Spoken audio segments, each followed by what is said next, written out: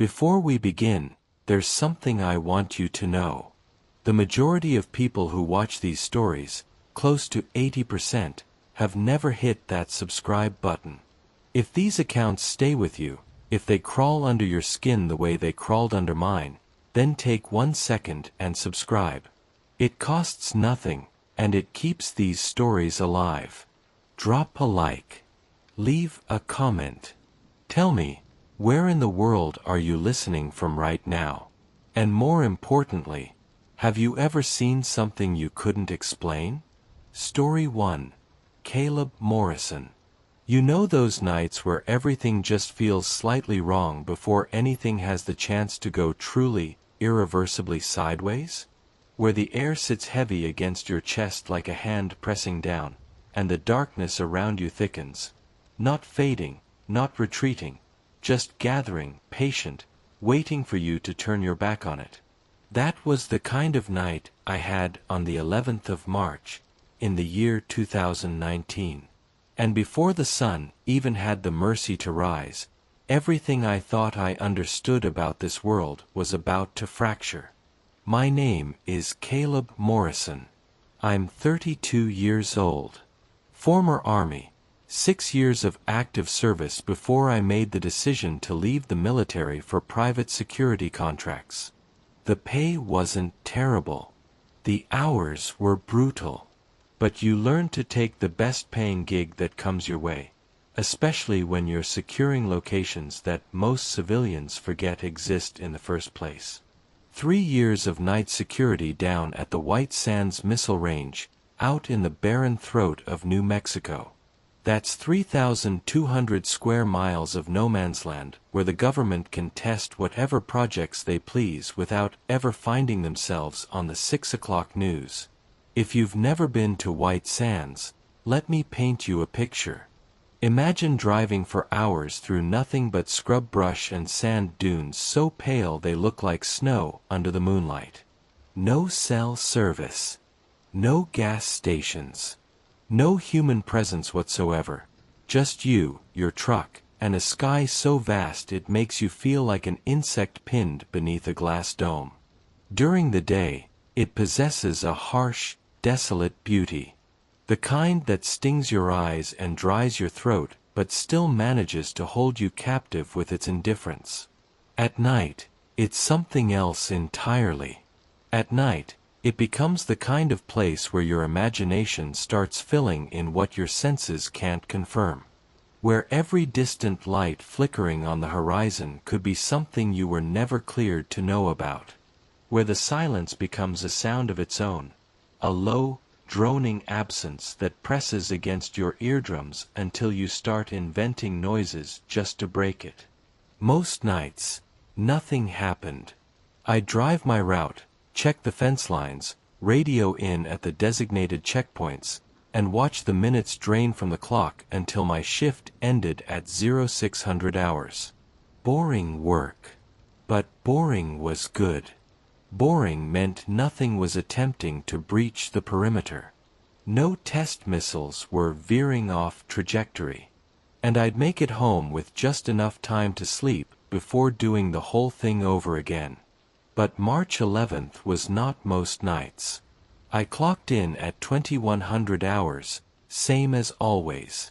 The night supervisor, a man named Holland, who'd been working White Sands since before I'd taken my first breath, handed me my assignment sheet and a ring of vehicle keys without looking up. Northern Route. The longest patrol loop. A 60-mile circuit that took you past the old Trinity site, ground zero for the first atomic bomb test, back in 1945. Most contractors despised the Northern Route because of its sheer isolation. Miles upon miles of nothing, with the nearest backup over an hour away in any direction. But I didn't mind. Less traffic meant fewer distractions. Just me and the desert, locked together in a silence that could either comfort you or consume you, depending on how tightly you held the wheel.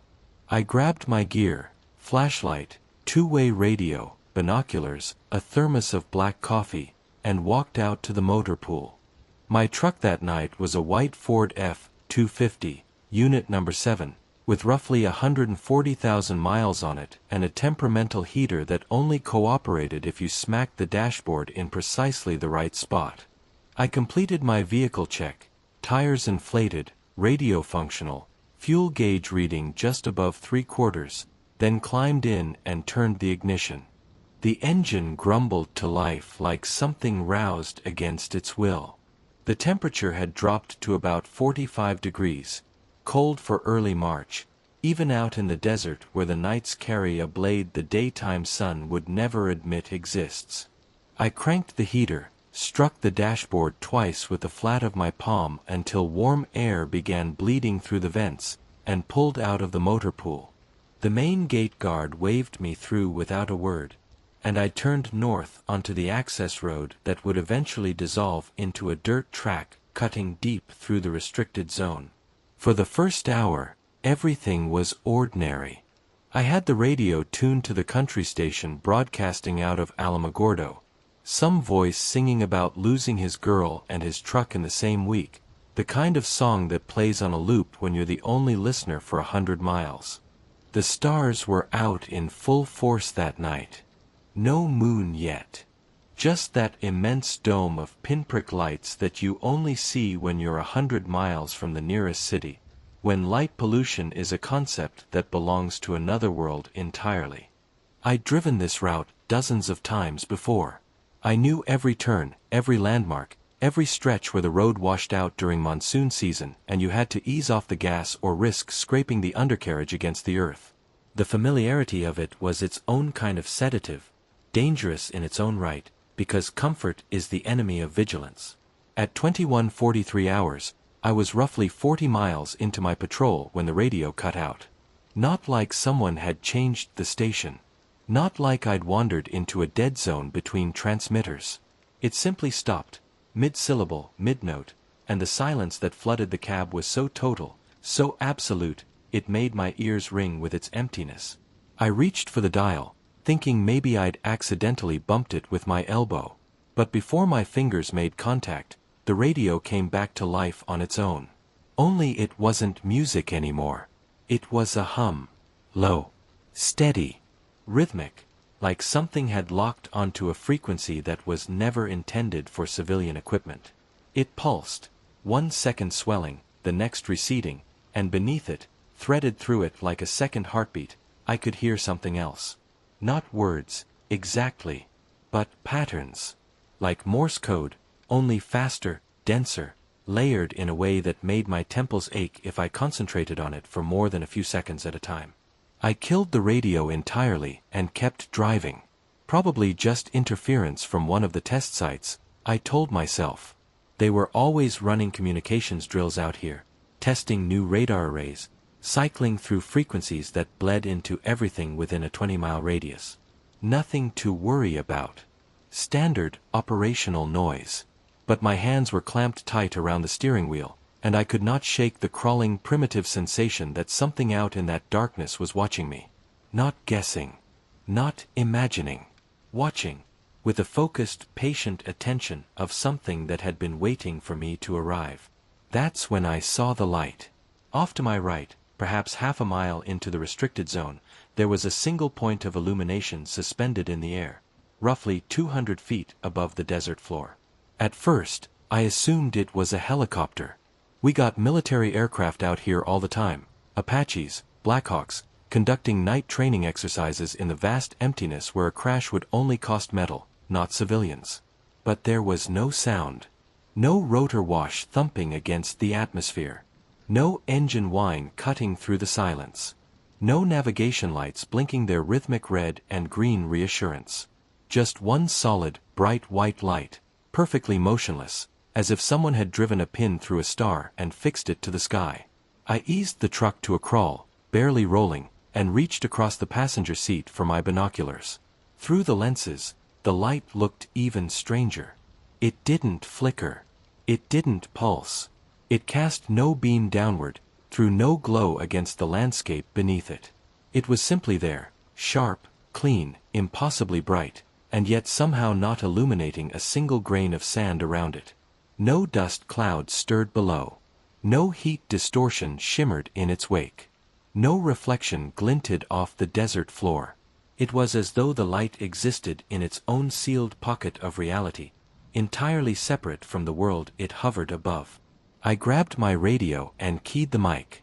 "Control, this is Unit 7. I've got an unidentified light source, northern sector, grid reference Tango 9er. Requesting verification of any active tests in the area." Static. Pure, unbroken, impenetrable static. I adjusted the frequency, double-checked the mic connection, tried again. "Control, this is Unit 7. Do you copy?" Nothing. Not even the faintest crackle of background chatter from other patrols. Just dead air. The kind of silence that doesn't belong on a military frequency. The kind that means something is actively preventing your signal from reaching its destination. That's when the light moved. Not drifted. Not floated. Moved. One instant it hung exactly where I'd first spotted it. The next, without transition, without acceleration, without any visible mechanism of propulsion, it was 100 yards to the left.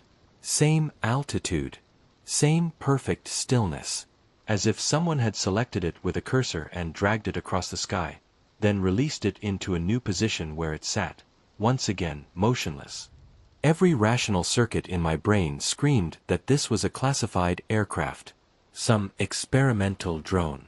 Some stealth technology one lacked the clearance to know existed. White Sands was full of projects like that. Things that didn't appear on any official record. Things that wouldn't be acknowledged for another 2 decades, if ever. But the way it moved wasn't right. Physics does not work that way. Nothing with mass can simply appear somewhere else without traversing the distance between point A and point B. There is always a trajectory. Always an acceleration curve. Always some observable displacement of the medium it's traveling through. This had none of that. The light shifted again, closer this time. Now it was perhaps a quarter mile away, and at this distance I could discern details that had been invisible before. The edges of the light weren't quite solid. They shimmered and stuttered, like the image on an old television struggling to hold its signal. And the color had changed, no longer purely white but bleeding into something else at its perimeter. A corona of electric blue, sharp and volatile, the kind of light that forces your eyes to water if you hold your gaze on it too long. I put the truck in park, left the engine idling, and stepped out. The air hit me immediately, and it wasn't just cold. It was wrong. There was no wind. None whatsoever. The desert is always restless at night. There's always some low moan drifting off the distant mountains, always some whisper sweeping across the flats. But in that moment, the air was utterly dead.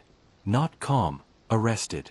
As if the atmosphere itself had seized, locked in place, holding its breath alongside me. I raised the binoculars to my eyes one more time, and that's when I felt it. Not heard it. Not saw it. Felt it. A pressure bloomed in my chest, deep, insistent, a vibration that began behind my sternum and radiated outward in concentric waves, making my teeth ache in their sockets and the edges of my vision swim and blur.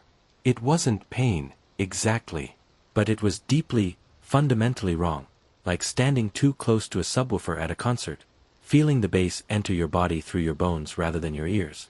The light got brighter. Not gradually. Instantly. One heartbeat, it was intense. The next, it was blinding, a silent detonation of luminance that washed out everything in my field of vision, bleaching the desert white, erasing shadow, erasing depth, erasing the distinction between earth and sky. I stumbled backward, throwing my forearm across my face to shield my eyes. And for just a moment, one fractured, impossible moment, I could see the desert around me illuminated as though it were midday. Every stone, every bush, every crack in the baked earth, all rendered in sharp, merciless clarity, every detail crisp and hyperreal and utterly wrong in the dead center of the night. Then it was gone. Not fading. Not retreating. Not ascending. Just gone. The light, the pressure, the vibration, the ringing silence. All of it evaporated in an instant, like someone had reached behind the fabric of reality and flipped a circuit breaker. I stood there in the returning darkness, heart slamming against my ribs, breath tearing from my throat in short, ragged bursts. The silence was total. No insects chirping. No distant hum from the base. Not even the low rumble of my truck's engine, still idling 20 feet behind me. It was as if the entire world had been placed on pause, frozen mid-motion, waiting for permission to resume. Then my radio crackled back to life. Unit 7, this is Control. We show you stationary on the northern route. Everything okay out there? I looked down at my watch. It read 22:47 hours. When I had stopped the truck to investigate the light, it had been 22:11. I had lost 36 minutes. 36 minutes. Vanished. Swallowed whole. Not blacked out, not asleep, not distracted. Just absent. A void in my memory as clean and absolute as a page torn from a book. Yeah, I managed into the radio, and my own voice sounded foreign to me. Thin, distant, like hearing someone else speak through a wall. Everything's fine. Thought I saw something. My mistake. Copy that. Unit 7. Continue patrol. I climbed back into the truck. My hands were shaking so violently I could barely close my fingers around the steering wheel. I did not continue patrol. I turned the truck around and drove straight back to base. Radio silent. Headlights cutting white tunnels through a darkness that suddenly felt predatory, my mind a storm of questions that had no answers and a fear that had no name. 36 minutes. Gone. Deleted. Excised from my timeline as cleanly as if someone had reached into my consciousness and cut out a section with surgical precision. I had no memory of that time. No residual sensation of what I'd been doing. No fragmentary images, no half-recalled sounds, no fading impressions of an experience that should have occupied more than half an hour of my life. Just a hole.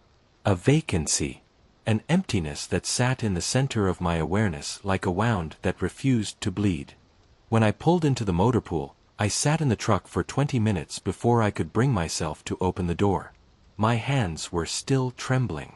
My chest felt compressed, as if something invisible were pressing down on it with slow, deliberate force. And beneath all of that, beneath the confusion, beneath the rationalizations I was already trying to construct, there was something deeper. Something primal. Something that predated language and logic and every civilized mechanism I'd ever built to keep the dark at bay. It was the kind of terror that makes you want to run. Not to somewhere, but from everything. The kind that whispers in a voice older than thought, you were never supposed to see that. I filed my patrol report. Left out everything about the light. Everything about the missing time. Just routine observations. No incidents. All checkpoints cleared. Holland didn't even glance up when I slid it across his desk. Another shift, another uneventful patrol. Exactly the way they preferred it. But I could not let it go. I spent the next 3 days in a kind of quiet frenzy. The kind that looks like calm on the surface but underneath is a machine tearing itself apart.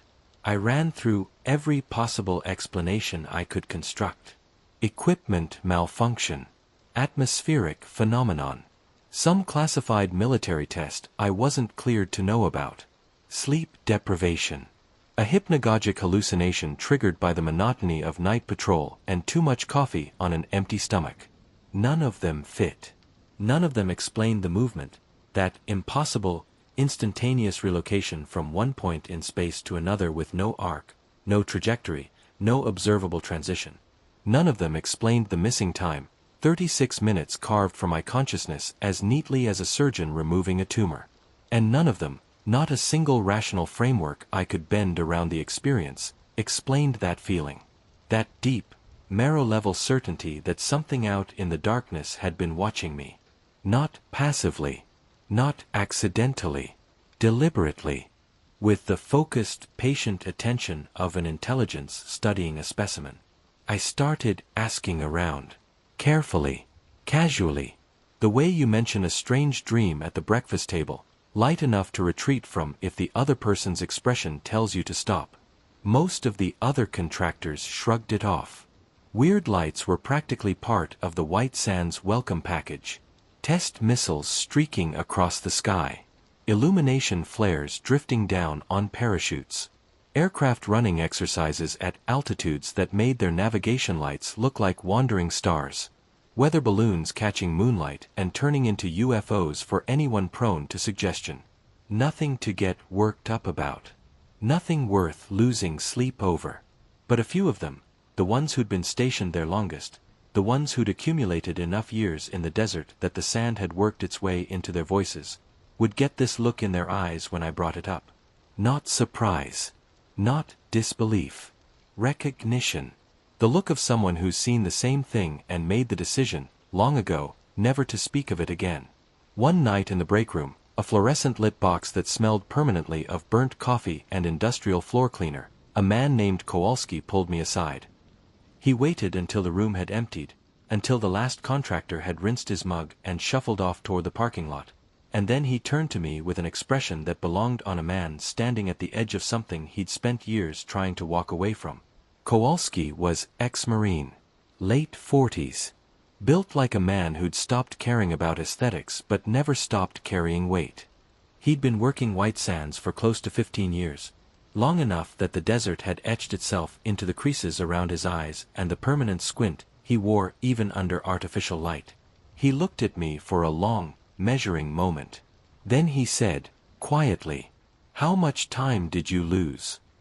The question landed like a fist to the solar plexus. "What? How much time did you lose?" he repeated, his voice low and flat, as if he were asking about the weather. "When you saw the light. How long was the gap?" 36 minutes, I said. My mouth had gone dry. The words felt like sand on my tongue. "How did you?" "Because it happened to me, too." He said it the way you say something you've carried for years. Not with drama, not with emphasis, just with the exhausted weight of a truth that never gets lighter no matter how long you hold it. 3 years ago. Northern route. Same stretch of desert. Same time of night. Light appeared in the sky, single point, bright white, no sound, no source. I stopped the truck. Got out. Raised my binoculars. He paused. Took a slow breath. Next thing I know, I'm standing in the same spot, binoculars still pressed to my face, but 40 minutes have vanished. Gone. Like someone reached into my skull and ripped out a chapter. "Did you report it?" He laughed, a short, airless sound that held no humor whatsoever. "Report it? Yeah, I reported it. Described everything. The light, the movement, the silence, the time I couldn't account for. Filed a detailed incident report, because that's what you do when you're trained to document, and I was trained well." He drained the last of his coffee and set the mug down with a soft click that sounded enormous in the empty room. 2 days later, I got pulled into a meeting. People I'd never seen before. No names. No agency identifiers. No uniforms. Just suits, the kind of suits that don't wrinkle because the men wearing them don't sit down long enough to let them. They asked me questions for 3 hours. What did I see? What did I remember? What did I feel? They were thorough, clinical, like doctors interviewing a patient about symptoms they'd already diagnosed. And then they told me I'd experienced equipment malfunction and oxygen deprivation. Apparently the truck's exhaust had been leaking into the cab, causing hypoxic hallucinations. Gave me a week of mandatory psychological evaluation and made me sign a non-disclosure agreement that would land me in a federal cell if I ever breathed a word of it. He held my gaze. Steady. Unyielding. "But you just told me," I said. "Yeah, well." Kowalski stood up, pushing his chair back with the slow deliberation of a man who'd made peace with a decision before he walked into the room. "I'm retiring next month. 23 years of service across 3 branches and 2 continents. What are they going to do? Fire me? Prosecute a decorated veteran for telling another contractor to watch his back?" He picked up his mug, rinsed it at the sink, set it on the drying rack. Every motion precise. Every gesture final. Then he paused at the doorway and turned back to me. You want my advice? Forget what you saw. Don't dig into it. Don't ask questions. Don't try to reverse engineer an explanation that makes the universe make sense again. Just do your job. Collect your paycheck. And pretend it never happened. His eyes were hard, but not unkind. Because the alternative, the path where you keep pulling at this thread, is a lot worse than not knowing. Trust me on that. I've watched good men walk down that road, and not a single one of them came back whole. He left. And I sat there alone in the break room, staring at my own reflection in the darkened window. A ghost of a man superimposed over the parking lot lights, and I knew, with a certainty that sat like a stone in the pit of my stomach, that I should listen to him. I should take his advice. I should walk away. I should let the missing 36 minutes remain missing, let the light remain unexplained, let the silence in my memory stay silent. But I couldn't. Because deep down, in a place beneath reason and beneath fear, I knew that what I'd seen wasn't a test aircraft, wasn't a weather phenomenon, wasn't a hallucination manufactured by a faulty exhaust system and an overworked mind. It was something else, something that operated outside every framework I'd ever been given to understand the world. And whatever it was, it had reached into my life, taken 36 minutes of my existence, and left nothing but a void where memory should have been. I needed to know what happened during that missing time. I needed to understand what had been done to me, and by what. So I kept digging. And that's when things started to get truly strange. 3 days after my conversation with Kowalski, I met Morrow. His real name was Marcus Holloway, but everyone on base called him Morrow, partly because he was tall and thin, all angles and sharp edges, like someone had taken a normal man and stretched him on a medieval rack, and partly because the name had a kind of sharp, angular quality that matched the way he moved through the world. Quick. Precise. Restless. The kind of person who was always watching, always calculating, always 3 steps ahead of the conversation you thought you were having with him. He worked in one of the radar monitoring stations, one of those windowless concrete buildings on the west side of the base where technicians sat in front of screens for 12-hour shifts, tracking aircraft, missiles, and anything else that moved through White Sands restricted airspace. The buildings had no exterior markings, no signs, nothing to suggest what went on inside except for the thicket of antennae bristling from their rooftops and the armed guards posted at their entrances around the clock. We crossed paths in the parking lot outside the commissary on a Tuesday afternoon. I was heading in to grab lunch before my shift. He was coming out with a coffee, walking fast, head down, the way people walk when they don't want to be noticed. But when our eyes met, just for a moment, just that fraction of a second when 2 strangers' gazes intersect, something passed between us that had nothing to do with words or gestures. It was recognition. The immediate, instinctive understanding that we had both seen something we were never meant to see. That we were both carrying a weight the people around us couldn't perceive. He tilted his head toward his car, a beat-up Honda Civic with faded paint the color of dried clay and a crack spidering across the windshield. You got a minute? I followed him to the vehicle, and we stood there in the afternoon heat, the sun hammering the asphalt into shimmering waves, both of us scanning the parking lot to make sure no one was paying attention. Paranoia was a natural condition at White Sands. You learned early that walls had ears and cameras watched from angles you'd never think to check. You saw the light, Morrow said. Not a question. A statement of fact, delivered with the flat certainty of a man reading an instrument readout. How did you? Because I saw it too. On the radar. He glanced around again, a quick, practiced sweep of his surroundings that had become as automatic as breathing. March 11th, right around 22:15 hours. Every screen in my station went dark for exactly 36 minutes. Not a malfunction. Not interference from a test.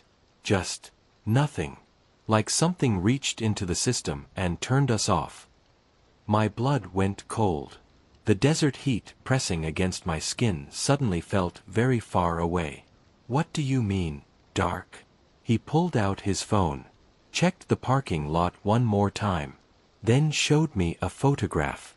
It was a radar display, the kind of circular sweep I'd seen in movies but never up close, and in the center of it was a void. A perfectly circular blank spot where data should have been.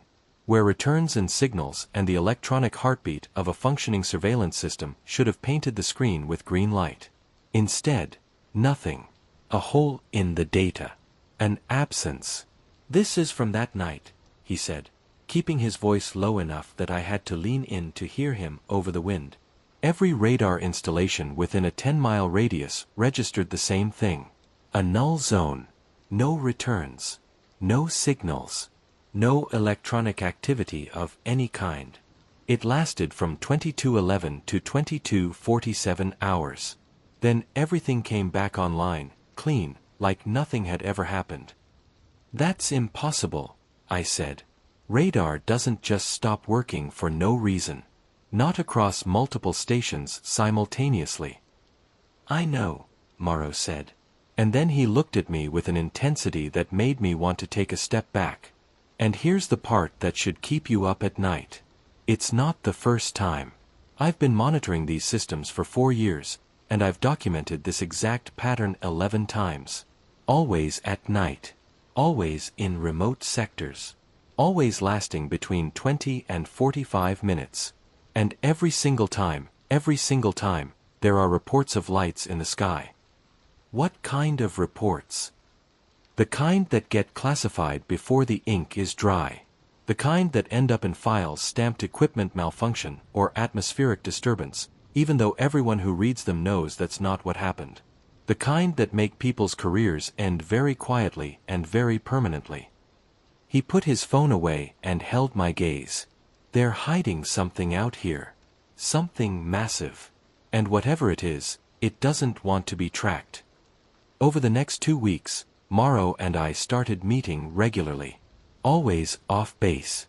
Always in locations where we could speak without being overheard. Parking lots of gas stations 30 miles from the facility, rest stops along highways that led to towns too small to have surveillance cameras, once in the back booth of a truck stop diner where the jukebox was loud enough to drown out a confession. He showed me logs. Charts. Patterns of activity that stretched back years. Every few months, sometimes more frequently, sometimes less, there would be clusters of incidents. Lights in the sky. Missing time. Equipment failures. Personnel experiencing disorientation or memory gaps. All of it concentrated in specific areas of the range, repeating with a regularity that couldn't be dismissed as coincidence. "The hot spots are consistent," Morrow explained one night, spreading a satellite map across the hood of his car. The map was annotated in his tight, precise handwriting, dates, times, incident codes, frequency readings. Northern sector, near Trinity. The decommissioned missile silos along the eastern boundary. And this area here. He tapped a section of the map circled heavily in red ink. Zone 17. It's off-limits. Not just restricted, forbidden. Even most military personnel with top-secret clearances can't get within 5 miles of it. The only people who go out there are specialists with authorization levels I can't even verify through normal channels. I've tried. The clearance designations don't appear in any database I have access to. "What's in Zone 17? I asked. "Officially, nothing. Just empty desert. Undeveloped land within the restricted perimeter." He traced the red circle with his finger. "But according to 4 years of radar logs, that's where the majority of the anomalies originate. The lights appear there first, always there first, then migrate outward to other areas. It's like..." He paused, searching for the right word, his jaw working as though he were chewing on a thought that didn't want to be spoken. "It's like there's something out there that doesn't want to be found, but can't help being seen." I stared at the map. At the red circle.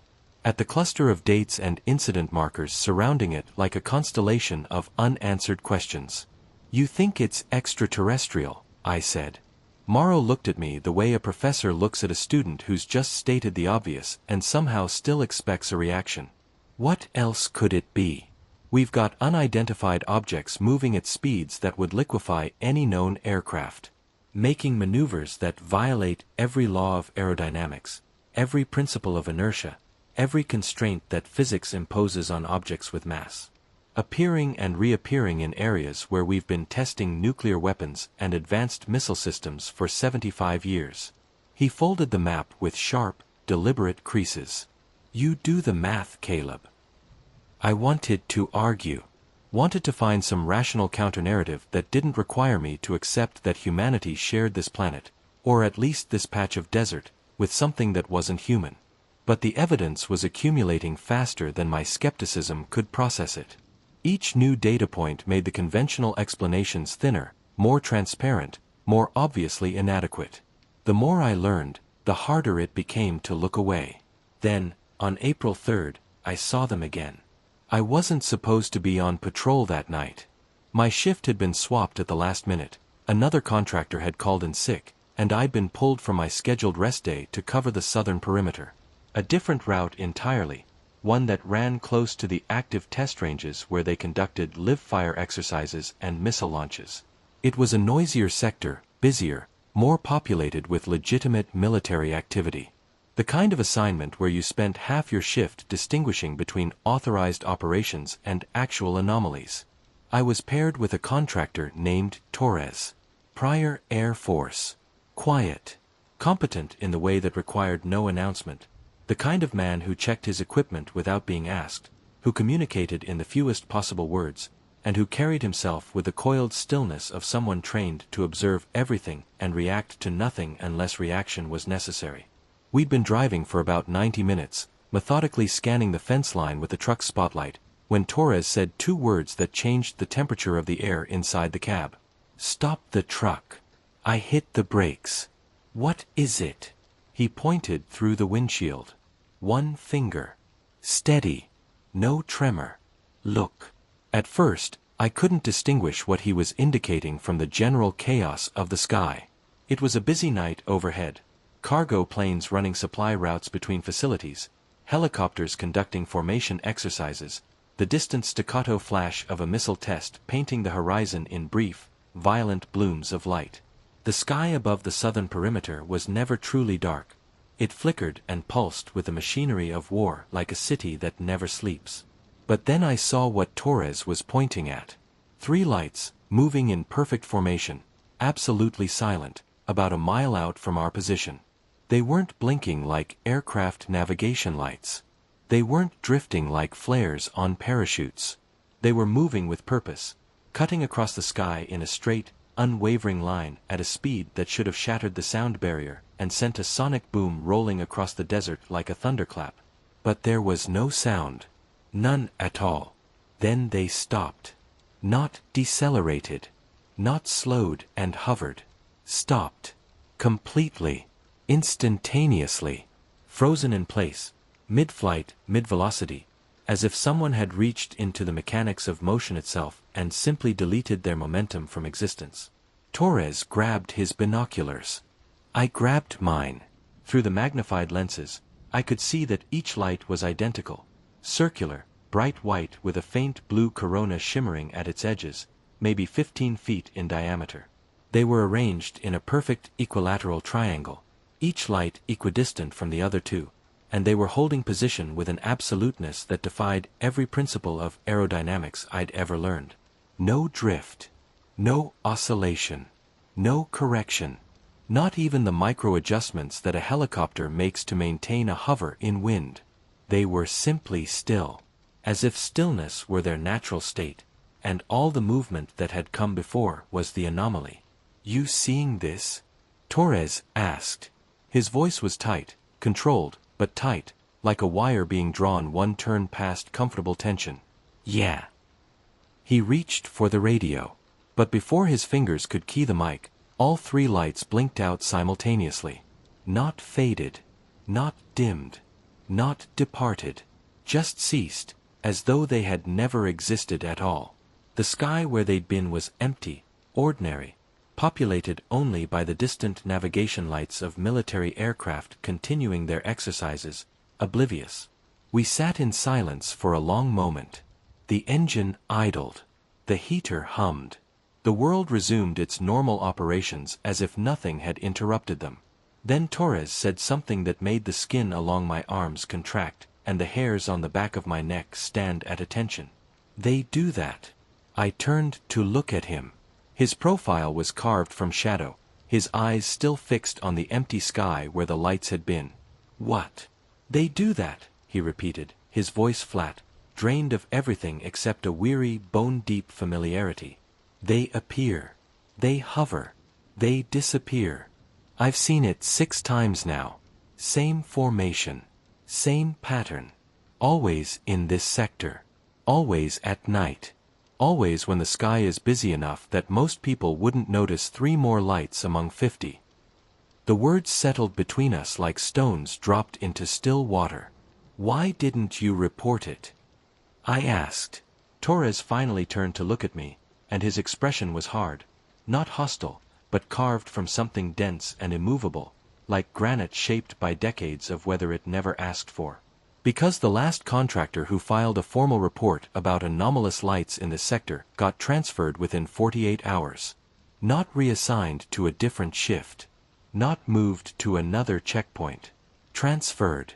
Off base. Out of state. And nobody's heard from him since. No forwarding address. No goodbye. No explanation. Just gone." He turned back to the windshield. "So I keep my mouth shut. I do my job. I drive my route. And I pretend I didn't see anything. Because that's how you survive this place." He looked at me one final time, and his eyes held something that was equal parts warning and resignation. "And if you're smart, if you have anyone in this world who matters to you, you'll do the same." But I couldn't do the same. I couldn't pretend. Not anymore. Because now I had multiple sightings.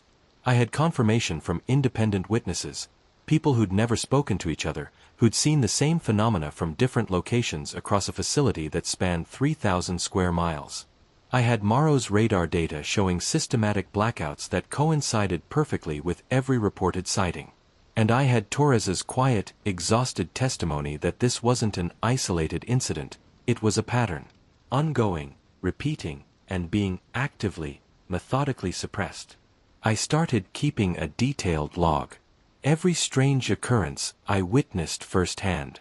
Every account I heard secondhand from contractors willing to speak in lowered voices and empty rooms.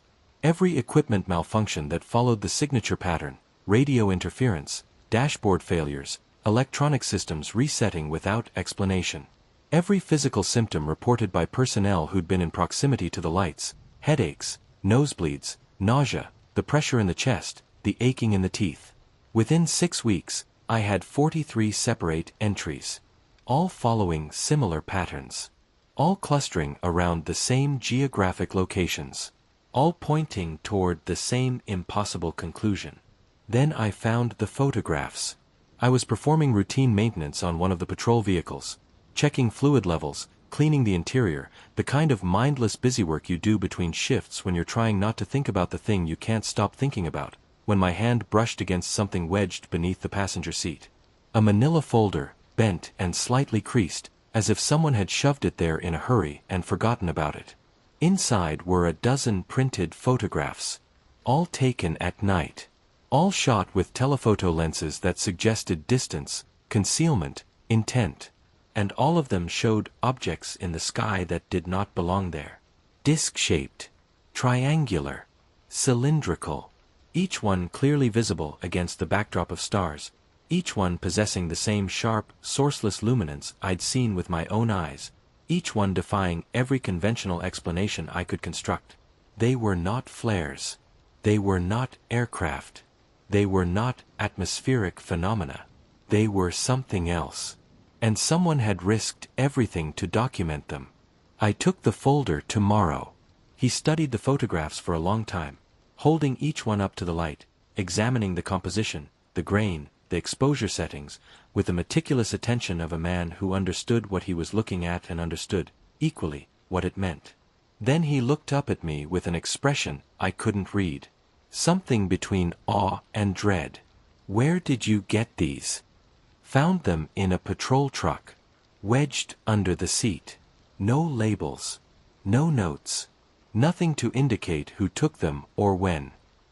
That's because they're contraband, Morrow said, his voice dropping to barely above a whisper. Photography of anomalous activity is strictly prohibited. Not just discouraged, criminally prohibited. If security finds out you have these in your possession, you're finished. Not just terminated. Prosecuted. Federal charges. They take this more seriously than weapons violations. Why? I pressed. If these are just weather phenomena or experimental aircraft, if there's a rational explanation for everything we're seeing, then why the secrecy? Why the threat of prosecution? Why treat photographs of the sky like state secrets? Morrow handed the folder back to me. His hands were steady, but his eyes were not. Because they're not weather phenomena, he said. And they're not experimental aircraft. They're something else. Something that the people running this installation have known about for decades. And whatever these things are, whatever they represent, those people will burn down anyone and anything that threatens to bring them into the light. That night, I made copies of every photograph. High-resolution scans saved to an encrypted drive that I hid off-base in a location I'll never disclose. I didn't know what I was going to do with them, didn't have a plan, didn't have a contact, didn't have anything resembling a strategy. But I knew I needed insurance. Because the deeper I went, the more certain I became that I was stumbling towards something dangerous. Not the lights themselves, those were terrifying, yes, but they hadn't hurt me. The danger was human. Institutional. The danger was the apparatus of silence that surrounded the phenomena like a wall. The NDAs, the transfers, the disappearances, the systematic erasure of anyone who saw too much and refused to look away. That was the thing that could destroy me. And it was already watching. 2 days later, I saw something that confirmed my worst suspicions, and annihilated the last fragile scaffolding of denial I'd been clinging to. I was finishing my shift, driving the access road back toward the main gate in the gray, pre-dawn light that turns the desert into a monochrome photograph of itself. The sky was the color of old pewter, the dunes reduced to soft, shadowed shapes that could have been waves on a frozen ocean. It was the quietest hour, that liminal window between the night shift's exhaustion and the day shift's arrival, when the facility existed in a kind of institutional purgatory and the roads belonged to no one. That's when I passed the convoy, coming from the opposite direction, moving fast. Not the usual 2 or 3 vehicles you'd see on a supply run, this was something else entirely. Black SUVs with no markings, no license plates. No agency identifiers. No unit designations stenciled on the doors. No bumper stickers, no government seals, no insignia of any kind. Just anonymous black vehicles with tinted windows so dark they could have been transporting ghosts, moving in tight formation through the restricted zone with the grim efficiency of a funeral procession that wanted no witnesses. Federal visitors weren't unusual at White Sands. We got Department of Defense inspectors, contractors from aerospace firms, evaluation teams from agencies whose acronyms changed faster than their personnel. But those visits were always logged, always scheduled, always accompanied by the paperwork trail that the military uses to document everything from missile launches to restroom requisitions. These vehicles existed in no paperwork I'd ever seen. But it was what they were towing that made me pull my truck onto the shoulder and kill the engine. Behind one of the SUVs, the third vehicle in the formation, was a flatbed trailer. Low profile. Industrial grade. And on it sat an object covered with a heavy tarp, dark green, military surplus, lashed down with cargo straps at multiple anchor points. But the wind, that perpetual desert wind that never fully dies, even in the stillest hours, had worked one corner of the tarp loose, pulling it back just enough to expose what was underneath. It was metallic, angular, roughly the size of a compact car, but shaped like nothing any automotive or aerospace engineer had ever designed. The geometry was wrong. Not wrong in the sense of damaged or deformed, but wrong in the sense of alien. Angles that didn't resolve into recognizable structures. Surfaces that met at junctions my eyes couldn't quite track. as if the object existed in slightly more dimensions than the three I was equipped to perceive.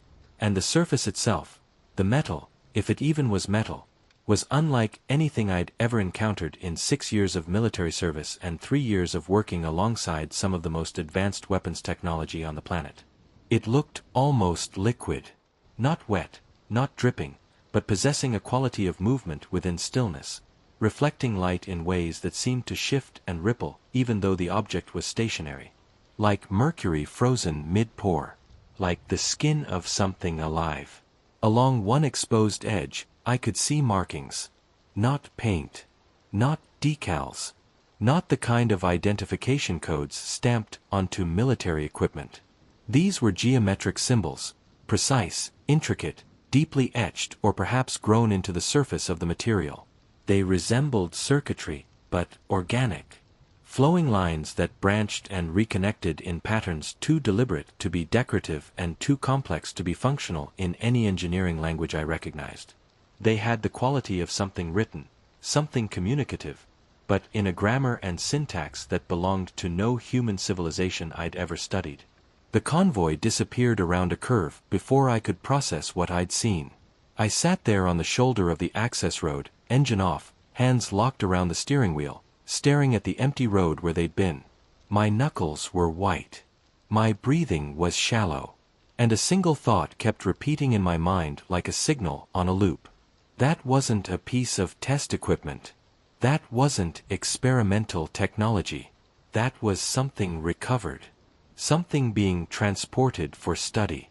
Something that did not originate on this planet. I drove back to base in complete silence. No radio.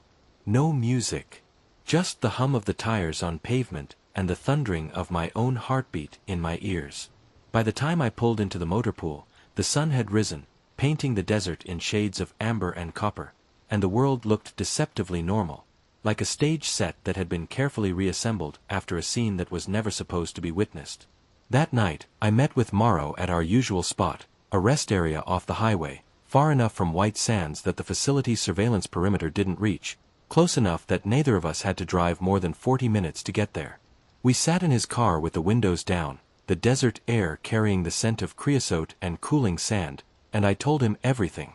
The convoy, the object, the markings, the surface that looked like liquid metal, the geometry that my brain couldn't fully resolve. He listened without interrupting. His face was still. His eyes were fixed on some middle distance beyond the windshield, as if he were watching something play out on a screen only he could see. When I finished, the silence between us stretched like a wire being drawn to its breaking point. Finally, he spoke. And what he said wasn't what I expected. You need to stop.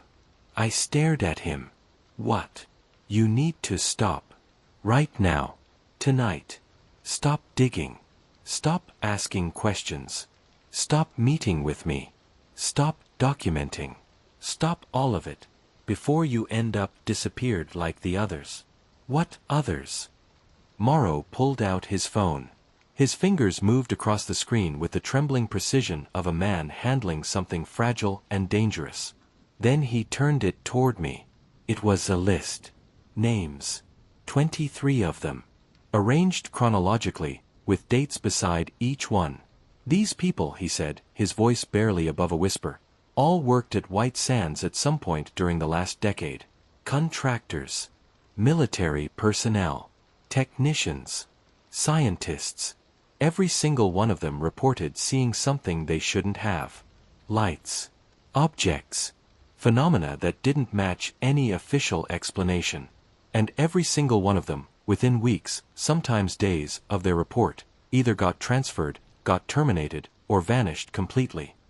He scrolled through the list slowly, letting me read the names. No forwarding addresses. No social media activity after their departure date. No public records of where they went or what they're doing now. It's like they ceased to exist. Like someone reached into the system and deleted them, not just from White Sands, but from the world. That's impossible, I said, but even as the words left my mouth, I knew how hollow they sounded. I'd spent the last month learning that the word impossible was a lie the world told itself to sleep at night. People don't just disappear. Not in a country with records and databases and... They do here, Morrow said. He took his phone back. His hand was shaking. They do here, Caleb. And if you keep pushing, if you keep collecting evidence and asking questions and looking at things you're not supposed to look at, you're going to be name number 24 on this list. He was trying to scare me, and it worked. But it also made me angry. A cold, focused anger that burned like a pilot light in the center of my chest. Because if what Morrow was telling me was true, if people were being systematically silenced, erased, disappeared for the crime of witnessing something that contradicted the official narrative, then the cover-up wasn't just institutional negligence or bureaucratic overreach. It was something far more deliberate, far more organized, far more dangerous than I'd allowed myself to imagine. I made a decision that night, sitting in Morrow's car with the desert stretching dark and infinite around us and the stars burning overhead like the eyes of something watching from an incomprehensible distance. I was going to get proof. Real proof. Hard proof. The kind that couldn't be dismissed as anecdotal testimony or misidentified atmospheric phenomena. The kind that couldn't be buried in a classified file or explained away by a man in a suit with no name. The kind that, once released, would force the world to confront what was happening in that desert, what had been happening for decades, regardless of who wanted it kept silent. And then I was going to find someone outside the military-industrial complex, someone with the resources, the platform, and the credibility to protect that evidence and ensure it reached the public. It was, without question, the most reckless decision I had ever made. Probably the most dangerous. The kind of decision that, in hindsight, separates the people who live quiet lives from the people who end up on lists like the one Morrow had shown me. But I was in too deep to surface now. The current had me, and the only direction left was forward. Getting proof inside a facility like White Sands is an exercise in calculated impossibility. Security cameras cover every approach, every corridor, every parking lot, every stretch of road within 10 miles of the main compound. Checkpoints log every vehicle entering and leaving the restricted zones. Patrols overlap in patterns designed to eliminate blind spots. Communications are monitored, not casually, not intermittently, but continuously, by personnel whose sole function is to listen for anomalies in the chatter and flag anything that deviates from protocol. The people running White Sands aren't merely careful. They are architecturally paranoid. The entire facility is designed as a system of nested perimeters, each one more restrictive than the last, each one equipped with its own surveillance apparatus and its own cadre of watchers. Getting away with an unauthorized action inside that system is like trying to steal a heartbeat from a body. The organism knows immediately that something is wrong. But I had advantages they didn't know about. I knew the patrol routes, every turn, every timing interval, every stretch where the scheduled overlap left a gap of 3 to 5 minutes. I knew the camera positions and, more importantly, the angles they couldn't cover, the dead zones created by terrain features, by buildings, by the simple geometry of lens coverage across 3,000 square miles of open desert. And thanks to Morrow, I knew when and where anomalous activity was most likely to manifest. So I started planning. I purchased a small handheld camera off-base. Nothing conspicuous, a compact action camera, the kind hikers and cyclists clip to their gear without a second thought. I modified the mount so it could attach to the interior of my tactical vest, positioned just below the collar where it would have a clear line of sight forward without being visible to a casual observer. I practiced activating it until the motion became unconscious, a single press of a recessed button, no need to look, no need to adjust. Muscle memory encoded through 100 repetitions in my apartment with the blinds drawn. I also began coordinating with Morrow. He couldn't provide me with copies of the radar logs, that would have created a digital trail leading directly to his terminal, but he could give me warnings. Real-time alerts when the screens started showing the patterns he'd learned to recognize. The null zones, the signal drops, the electronic silence that preceded every manifestation. For 3 weeks, nothing happened. I went out on patrol every night with the camera hidden in my vest and my nerves drawn tight enough to vibrate. I watched the sky. I monitored the radio. I drove every mile of every route with the hypervigilance of a man expecting a detonation. And I came back every morning with empty footage. Desert. Stars. Silence. The mundane infinity of a landscape that had decided, for the moment, to keep its secrets to itself. I started to wonder if it was over. If whatever had been out there, whatever intelligence or phenomenon or dimensional anomaly had been manifesting in those lights, had moved on, departed, closed whatever door it had been opening in the fabric of the night. Then June 14th happened. Morrow called me 4 hours before my shift. His voice was different, tight, controlled, but with an undercurrent of something that sounded dangerously close to excitement. "Tonight," he said. "Northern sector. The radars are already picking up anomalies." What kind of anomalies? The kind that shouldn't exist. Multiple objects, I'm counting at least 5 distinct returns, moving at speeds that would reduce any conventional aircraft to molten debris. They were in the upper atmosphere 20 minutes ago. Now they're descending, hovering directly over Zone 17. A pause. I could hear him breathing. "This is your chance, Caleb. Whatever you're going to do it tonight." I showed up at the motor pool early, the adrenaline already thick in my bloodstream, making my hands restless and my vision sharp. I signed out my vehicle, did the check with mechanical precision, secured my gear, flashlight, radio, binoculars, thermos, and clipped the camera to the interior of my vest. Recording light off. Power on. Ready. The sky was partially overcast that night. Low clouds, thick, dark, textured like bruised skin, obscured the stars and pressed down on the desert with a weight you could almost feel against your shoulders. The air was strange. Heavy. Charged with an atmospheric tension that felt less like weather and more like anticipation, like the desert itself was bracing for something. I drove the northern route slowly. Methodically.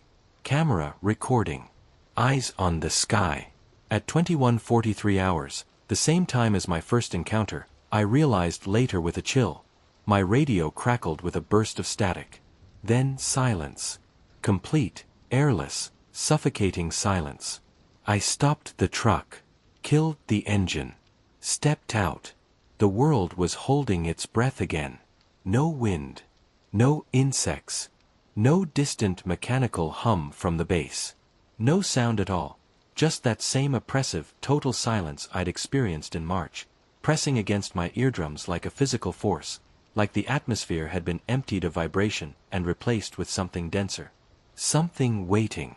Then I saw them. Not one light this time. 5. Descending slowly from the cloud layer in a perfect V formation. The kind of formation that fighter pilots spend years learning to maintain, executed here with a precision that made human aerobatics look like children stacking blocks.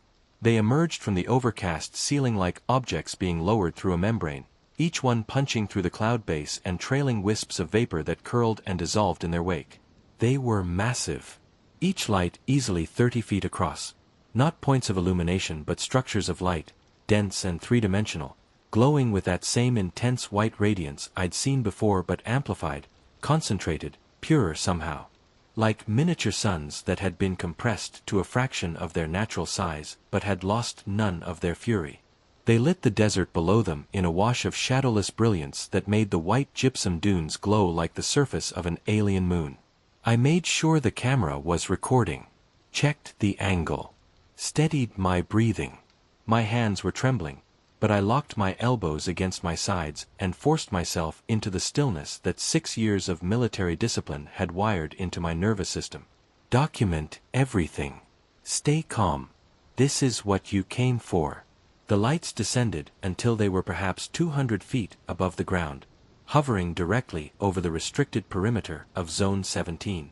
For a moment, 5 seconds, 10, they held position in their formation, motionless, as if surveying the terrain below them with the patient attention of something that had all the time in the universe. And at this distance, I could see details I'd never been close enough to observe before. The edges of each light weren't solid. They flickered, phasing in and out of visibility with a rapid, rhythmic oscillation that reminded me of a strobe viewed in slow motion. As if the lights existed in two states simultaneously, and were alternating between them faster than the eye could fully track. And beneath each one, partially concealed by the brilliance of the illumination but visible in those microsecond flickers when the light dimmed, I could see shapes. Dark against the radiance. Angular. Geometric. Unmistakably artificial. Structures that the light surrounded but could not fully hide. Then they began to pulse. Not randomly. Not chaotically. In sequence. Starting with the lead light at the point of the V and cascading backward through the formation. Left side, then right, then center, then back to the lead. Each pulse was perfectly timed, separated by intervals so precise they could have been measured with an atomic clock. The rhythm was deliberate, intentional, structured. It was a signal. It was communication. I felt the hairs on my arms rise. The skin along my spine contracted. And deep in my chest, that low vibration began again, starting behind the sternum and radiating outward through my ribcage, making my teeth ache in their sockets and the edges of my vision swim with a distortion that wasn't optical but neurological, as if the frequency was interfering with the way my brain processed visual information. The air itself seemed to vibrate, resonating with a sound that existed below the threshold of hearing but above the threshold of sensation. I could feel it in my bones, in the fluid behind my eyes, in the spaces between my thoughts. The pulsing stopped. The lights held position for another few seconds, perfectly still, perfectly silent, 5 impossible suns floating above a desert that had been testing the boundaries of human knowledge since the first atomic fire split the sky over Trinity. And then they moved. Not as a group. Independently. Each light breaking from the formation and carving its own path through the air in patterns that made my brain seize with the effort of comprehension. Impossible angles, 90-degree turns executed at velocities that should have generated g-forces capable of crushing steel. Instantaneous reversals, full stops followed by immediate acceleration in the opposite direction with no transitional arc, no deceleration phase, no observable mechanism of propulsion. Movements that violated inertia, violated momentum, violated every law of physics that governs the behavior of objects with mass moving through three-dimensional space. They danced. That's the only word adequate to describe it.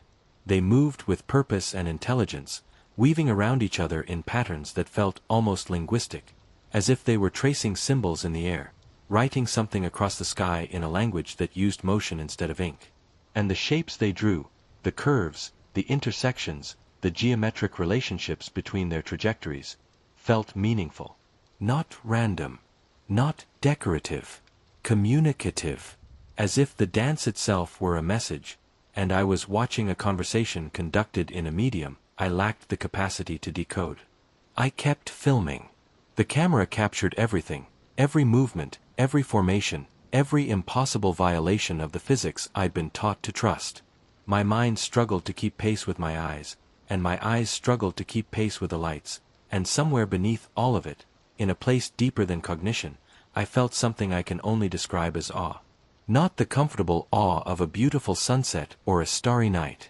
The terrible awe of standing at the edge of something so vast and so incomprehensible that the only honest response is silence. Then, without warning, without prelude, without any change in their behavior that might have served as preparation, all 5 lights shot straight up. Vertically. Simultaneously. At a speed that reduced them from massive, sky-filling presences to vanishing points in less than a second. They punched through the cloud layer and were gone, swallowed by the overcast ceiling as completely as if they'd never existed. The silence broke. Sound flooded back into the world like water rushing into a void. The idle of my truck's engine. The tentative whisper of wind returning to the desert. The distant, lonely howl of a coyote somewhere in the darkness to the south. The ordinary sounds of an ordinary night, resuming their ordinary business as if 30-something minutes of extraordinary impossibility hadn't just occurred in the space above them. My radio crackled. Unit 7, this is Control. We show you stationary on the northern route. Everything okay out there? I looked at the dashboard clock. 22:59 hours. When I'd stopped the truck, when I'd first stepped out and seen the lights descending, it had been 22:13. 46 minutes. Gone. Erased from my experience as cleanly as the first time, only now the gap was larger. The absence deeper. The hole in my memory wider. Yeah, I managed, and my voice sounded like it was coming from the far end of a very long hallway. Thought I saw something. Must have been a meteor. Copy that, Unit 7. Continue patrol. I sat in the truck for another 5 minutes. Maybe longer. Time had become unreliable, a currency I could no longer trust myself to count. My hands were locked around the steering wheel, my knuckles bloodless, my breath coming in shallow, controlled intervals that were the only thing preventing the full-body tremor building in my core from taking over. Then I checked the camera. The footage was there. All of it. The lights descending through the clouds. The V formation. The pulsing sequence. The dance. The impossible, physics-shattering, reality-defying dance. Clear. Stable. Unmistakable. I had my proof. I drove back to base in a state that existed somewhere between euphoria and terror. Two emotions that, I discovered, occupy adjacent rooms in the architecture of the human mind, separated by a wall so thin you can hear both of them at once. When I reached my apartment that morning, I moved with the mechanical precision of a man following a protocol he'd rehearsed 100 times. I copied the footage onto 3 separate encrypted drives. I hid each drive in a different location, places selected for their anonymity, their inaccessibility, their complete disconnection from my name, my address, my identity. Places that would survive even if I didn't. Then I deleted the original file from the camera's memory card. Removed the card. Snapped it in half. Took the camera itself and destroyed it. Methodically, thoroughly. Smashing it with a hammer on my kitchen counter until it was nothing but fragments of plastic and circuitry. I swept the debris into a bag, divided it into 3 portions, and distributed them across 3 different dumpsters on 3 different streets. I knew what I had. I knew what it meant. And I knew, with a cold clarity that comes only when you've stepped past the point of no return and can see the full landscape of consequence stretching out before you, that if the wrong people discovered what I possessed, I was a dead man. For 2 weeks after the footage, I did nothing. I went to work. Drove my routes. Checked the fence lines and radioed the checkpoints and watched the minutes dissolve from the clock until 0600 hours released me back into the world. I kept my head down. Filed clean reports. Made small talk in the break room about weather and football and the quality of the commissary coffee. Conversations so aggressively ordinary that they functioned as camouflage, each mundane sentence a brick in the wall I was building between myself and the truth I was carrying. But I was being watched. Not suspected, watched. There's a difference. Suspicion is a question. Surveillance is an answer that's already been decided upon, waiting only for confirmation. And I could feel it, the way you feel a change in atmospheric pressure before a storm, the way an animal feels the presence of a predator before it sees it. Vehicles that appeared in my rearview mirror too consistently to be coincidence. Different models, different colors, but always maintaining the same distance, always making the same turns. People at the base who looked at me a fraction of a second too long when I walked past. Not with hostility, not with curiosity, but with the blank, cataloging attention of someone recording data. Questions from supervisors about my patrol reports that were phrased casually but aimed precisely, asking me to clarify routes I'd driven, times I'd logged, areas I'd passed through. Fishing. Gently. Professionally. The way you fish when you already know the pond has something in it and you're just waiting to feel the tug on the line. I kept my expression neutral. Kept my answers short and consistent. Gave them nothing, not because I was brave, but because I was terrified, and terror, when it reaches a certain depth, produces a stillness that looks indistinguishable from calm. Then Morrow disappeared. I went to meet him at our usual spot, a diner off Highway 70, a place we'd chosen for its distance from the base and its indifference to its customers. The kind of establishment where the waitresses refill your coffee without making eye contact and nobody remembers your face 5 minutes after you leave. He didn't show. I waited an hour. Tried calling, the line rang without answer, then went to a generic voicemail that hadn't been personalized. I sent a text. No reply. Sent another. Nothing. The next morning, I drove to his apartment. A modest complex on the civilian side of the housing perimeter. Beige stucco, brown doors, the kind of place that exists to be functional rather than memorable. His unit was empty. Not just vacant, cleaned. The door was unlocked. Inside, the rooms had been stripped of everything that identified them as belonging to a specific human being. No furniture. No clothes in the closets. No food in the refrigerator. No personal effects of any kind. The walls were bare. The carpet still showed the faint impressions where furniture had stood, but the furniture itself had been removed with a kind of thoroughness that suggested professional intervention, not a voluntary move. It was as if Marcus Holloway had never existed, as if the apartment had been occupied by a theory rather than a person, and the theory had been disproven and withdrawn. I asked around at the base. Carefully. The official story was that Morrow had resigned, accepted a position with a private sector technology firm, relocated out of state. Clean departure. No drama. The kind of transition that happens every day in contract work and draws no attention. But I knew better. Marcus Holloway hadn't resigned. He hadn't accepted anything.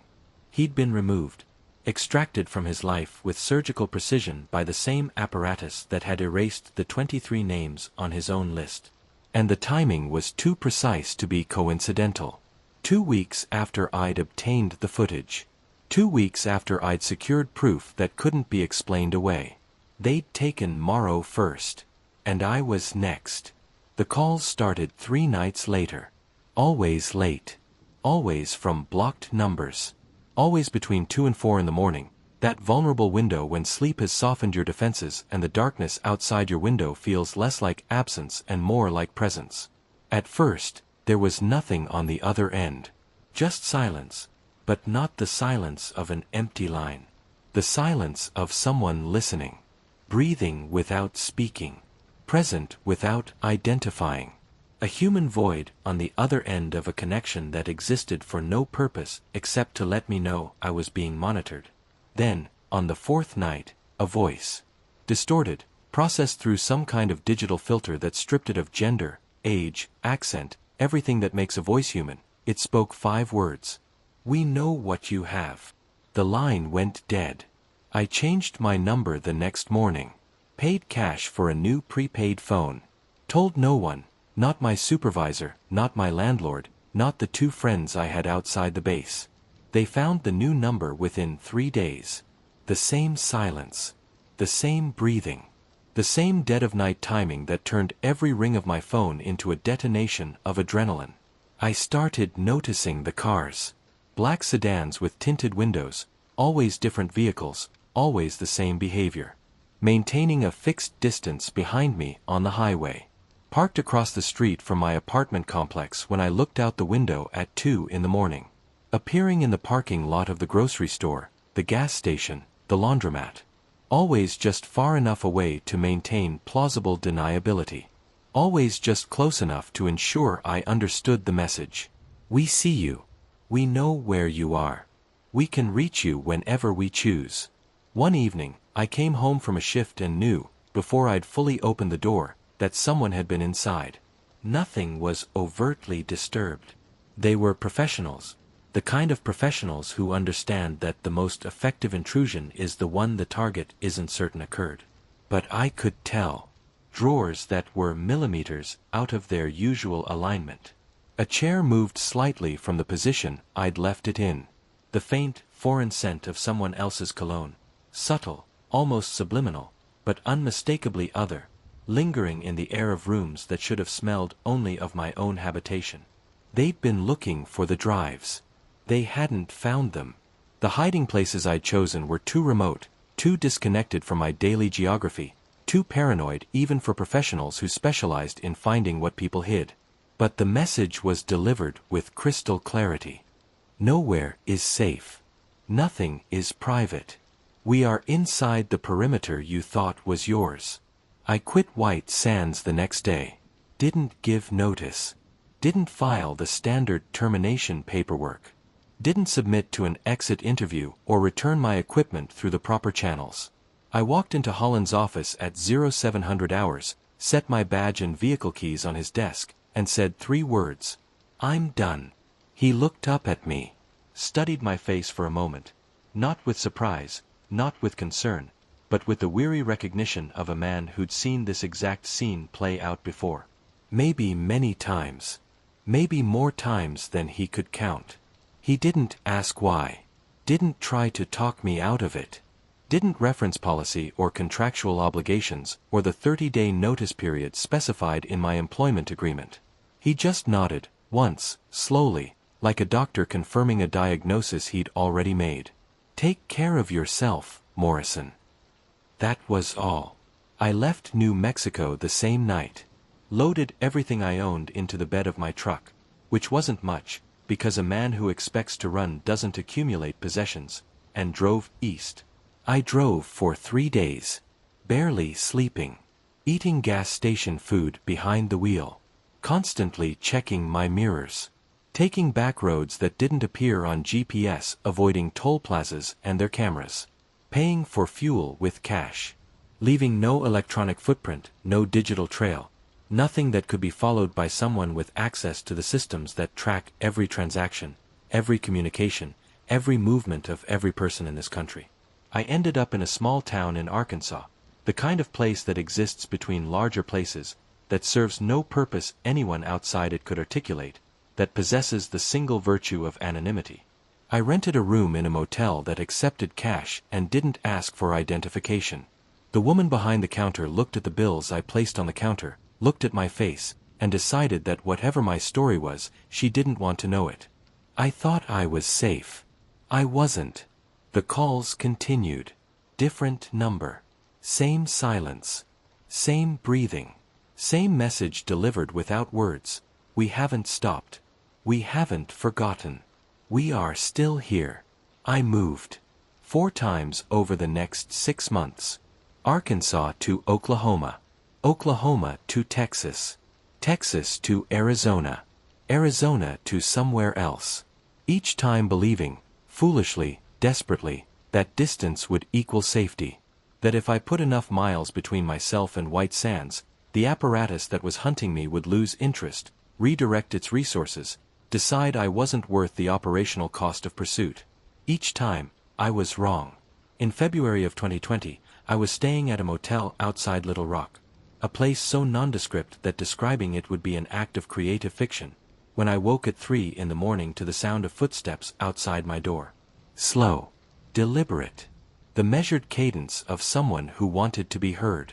Who wanted me to know they were there. Who understood that the anticipation of a threat is often more effective than the threat itself. The footsteps stopped directly in front of my room. I could see the shadow of feet in the thin line of light beneath the door.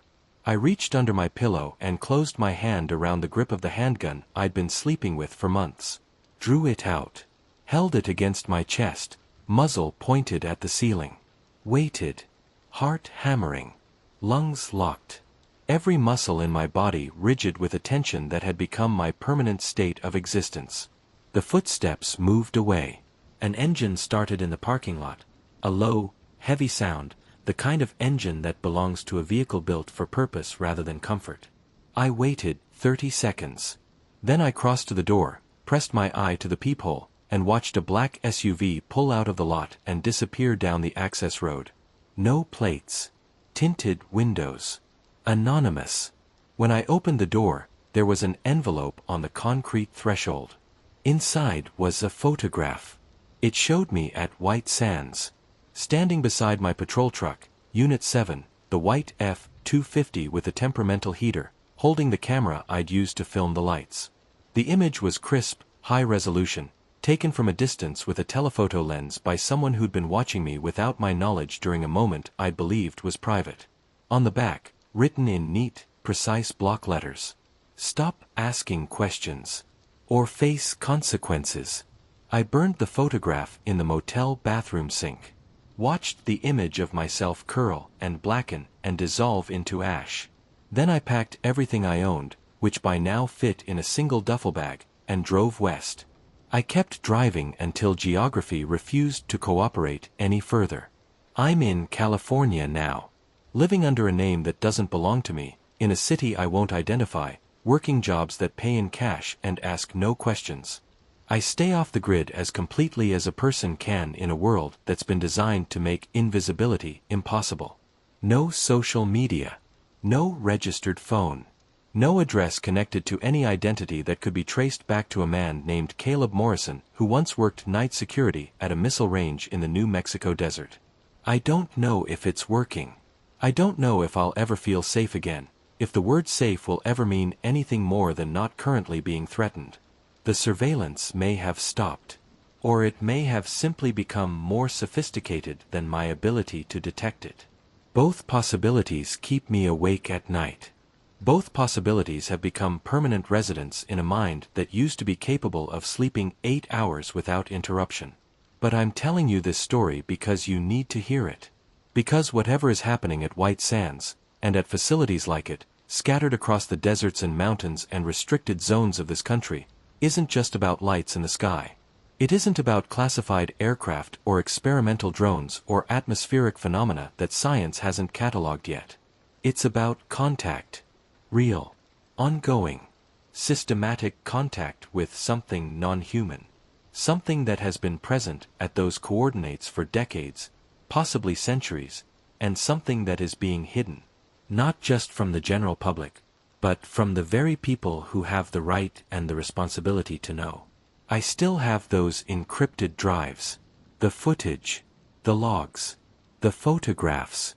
They exist in places that would take a team of specialists years to locate, protected by encryption that would take decades to break. Someday, maybe soon, maybe not, I'll find someone who can protect them. Someone with the resources, the credibility, and the courage to make sure they reach the world intact. But until that day, they stay hidden. Because the moment I release them, I become a target that can never hide again. And I've grown rather attached to being alive. If you're hearing this, if you've made it this far, then maybe you've seen something too. Maybe you've worked at a military installation, or lived near a test range, or driven through a stretch of desert at night, and witnessed something that your rational mind couldn't reconcile with the world as you understood it. Maybe you've experienced missing time. Maybe you felt that pressure in your chest, that aching in your teeth, that primal, wordless terror of being observed by something you can't identify. If that's you, listen carefully. Document everything. But don't share it. Not yet. Keep copies in multiple locations. Encrypt them. Protect them with every measure available to you. But don't go public until you're somewhere safe, somewhere beyond the reach of people who have made it their life's work to ensure that what you know never sees the light of day. And even then, even when you've built your fortress of anonymity and your walls of encryption and your layers of distance, be prepared for your life to change forever. Because once you cross that line, there's no crossing back. I used to think that people who spoke about government cover-ups and extraterrestrial conspiracies were paranoid, deluded, constructing elaborate fantasies to compensate for the ordinariness of their lives. I used to believe, with the unshakable confidence of a man who'd never been tested, that the universe operated according to rules I understood, that the institutions governing my country functioned with transparency, and that the sky above my head contained nothing more mysterious than weather and aircraft and the ancient, indifferent light of stars. I don't believe any of that anymore. Because I've seen the lights. I've felt the presence. I've lost time that I can never recover and memories that I can never reconstruct. And I've been hunted by people who will burn down anyone and anything to keep the truth from surfacing. The lights at White Sands are real. The contact is real. And the cover-up is bigger, deeper, and more dangerous than anyone on the outside could possibly imagine. I just wish I'd never looked up that night in March. I wish I'd listened to Kowalski. I wish I'd listened to Torres. I wish I'd listened to every voice that warned me to let it go, to look away, to accept the comfort of ignorance and walk back into the warm, uncomplicated darkness of not knowing. But I did look up. And I did see. And now I can never unsee it. So if you ever find yourself driving through the desert at night, if your radio cuts to static and the wind dies and you see something in the sky that doesn't belong there, something that moves in ways that violate everything you've been taught about how the world works, something that makes you feel watched and small and terrified in a way you've never been terrified before, do yourself a favor. Don't stop. Don't investigate. Don't reach for your phone or your camera or your binoculars. Just keep driving. Keep your eyes on the road. And don't look back. Because once you see them, they see you too. And once that happens, there is no going back to the life you had before. Trust me. I know. The lights are still out there. The watchers are still watching. And the people who guard the secrets will do whatever it takes to keep them buried. I'm proof of that. And if you're not careful, you could be next. Story 2. Isaiah Grant. There are moments in a life where everything fractures into before and after. Clean breaks. Irreversible divisions. The kind of moments that don't just change what you know, they change what you are. Most people experience one, maybe two, if the universe decides to be particularly unkind. I've had 3. And the last one happened on a road that doesn't appear on any civilian map, watching a convoy that 16 different cameras simultaneously failed to record. My name is Isaiah Grant. I'm 28 years old. And until 8 months ago, I worked perimeter security at White Sands Missile Range. If you've never heard of it, that's by design. It's over 3,200 square miles of New Mexico desert, a territory larger than some states, where the military develops and tests weapon systems they won't publicly acknowledge for another 20 years. The kind of place that appears on satellite imagery as a featureless expanse of white sand and scrub brush, revealing nothing of what happens beneath its surface or behind its fences or inside the windowless buildings that its interior like concrete teeth. My job was simple. At least, that's what I was told during orientation. Monitor the access roads. Check credentials at the entry points. Verify authorizations against the daily manifest. Make sure that nobody who wasn't supposed to be within 10 miles of the test sites got within 10 miles of the test sites. A human filter. A checkpoint with a pulse. Simple. That's what I believed for the first 11 months. The night of August 17, 2019, started like every other. I clocked in at 1900 hours. Grabbed my assignment sheet from the shift supervisor, a woman named Garrett, who'd been running night operations for 15 years and wore the permanent scowl of someone who'd been disappointed by the universe so many times that the expression had become structural. Her face didn't relax. It endured.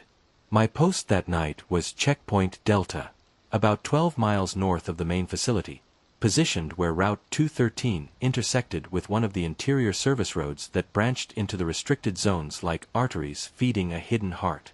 Checkpoint Delta wasn't much to look at. A guard shack with bulletproof glass, a hydraulic barrier spanning the road, and enough surveillance equipment to catalog every grain of sand that blew past. The camera system was state-of-the-art, installed just 6 months prior, the kind of upgrade that comes with a budget nobody questions. Motion sensors. Thermal imaging.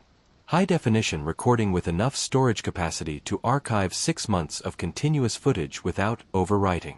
Everything fed back in real time to central control, where operators like Vera Martinez sat in air-conditioned rooms monitoring dozens of screens, watching for anomalies in the monotonous feed of empty roads and empty desert.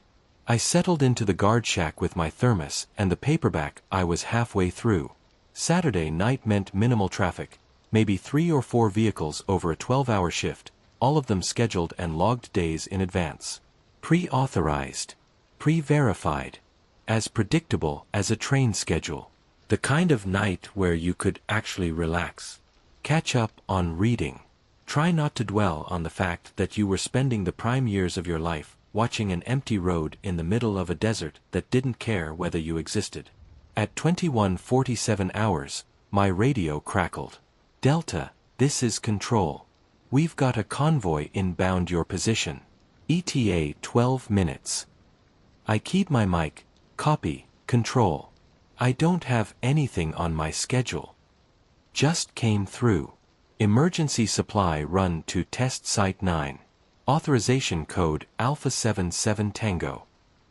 I pulled up my computer terminal and entered the code. It checked out, legitimate authorization, proper clearances, all the right digital signatures aligned in all the right fields. The kind of verification that looks so clean it doesn't invite a second glance. Confirmed. Control. Standing by. Test Site 9 sat roughly 20 miles northeast of my position, one of the more remote facilities where they conducted long-range missile tracking and telemetry operations. Supply runs out there weren't unusual. But emergency runs at night, on a Saturday, with no prior scheduling? That was irregular enough to register, though not irregular enough to raise an alarm. Not yet. I made a note in my log and watched the road. Exactly 12 minutes later, not approximately, not roughly, exactly, headlights appeared from the south. Not the usual 2 or 3 vehicles of a standard supply delivery. This was larger. As the formation resolved through the darkness, I counted 6 vehicles. 2 Humvees in the lead. 3 cargo trucks in the center, heavy, canvas-covered, riding low on their suspensions. And a final Humvee bringing up the rear. Standard convoy formation. All vehicles painted in desert tan. All moving at a steady 40 miles per hour with the mechanical discipline of vehicles that had been spaced and synchronized by someone who understood precisely how a military convoy was supposed to look. I stepped out of the guard shack as the lead Humvee pulled up to the barrier. The driver's window rolled down and a soldier I'd never seen before extended a manifest. He was young, early 20s, clean-shaven, with the hollowed expression of someone who'd been awake too long and stopped caring about concealing it. "Evening," I said, scanning the paperwork. Everything was in order. Vehicle identification numbers. Personnel roster. Cargo inventory, standard supplies, replacement parts, electronics modules, food rations. Nothing that screamed emergency, but that wasn't my determination to make. "You guys got a long night ahead of you." The driver nodded but said nothing. Behind him, the passenger stared straight ahead through the windshield, expressionless, motionless, like a mannequin placed there for the purpose of occupying a seat. The entire crew radiated the flat, mechanical exhaustion of people operating on fumes and orders and nothing else. I logged the convoy into my system, raised the barrier, and waved them through. They rolled past, one vehicle at a time, and I watched their taillights shrink and dissolve into the darkness up Route 213 toward the interior. The whole interaction took perhaps 3 minutes. I went back into the guard shack. Made another note in my log. Convoy cleared through Delta. 2,159 hours. 6 vehicles. Destination. Test Site 9. Then I poured myself another cup of coffee and returned to my book. At 22:03 hours, 4 minutes later, my radio detonated. Not the normal crackle of interference. This was assault, a wall of white noise so loud and so total it felt like a physical object being forced into my ear canal. I grabbed the radio, fumbling with the volume, but the static overwhelmed every adjustment. It filled the guard shack like water filling a sinking room. Then, cutting through the chaos like a blade through fabric, a voice. Mail. Urgent. Fragmenting. All units, somethings, checkpoint Delta. The transmission severed. The static stopped. Silence, immediate, absolute, ringing. I keyed my mic. "Control, this is Delta. Say again, you're breaking up." No response. "Control, do you copy?" Nothing. My radio wasn't malfunctioning. It was dead. No power indicator. No static. No residual hum. Just a piece of equipment that had, without explanation, ceased to function entirely. I checked the battery, fully charged. Checked the connections, secure. Everything was physically intact. The radio simply wasn't working, as though the concept of radio communication had been locally suspended. I grabbed the landline phone mounted to the guard shack wall and dialed central control. Vera picked up on the second ring. Control. Vera, it's Isaiah at Delta. My radio just went dead. Did you try to contact me? No. She sounded confused. I haven't transmitted anything to your frequency in the last 20 minutes. Why? I just received a burst of static and a partial transmission, someone trying to say something about Delta.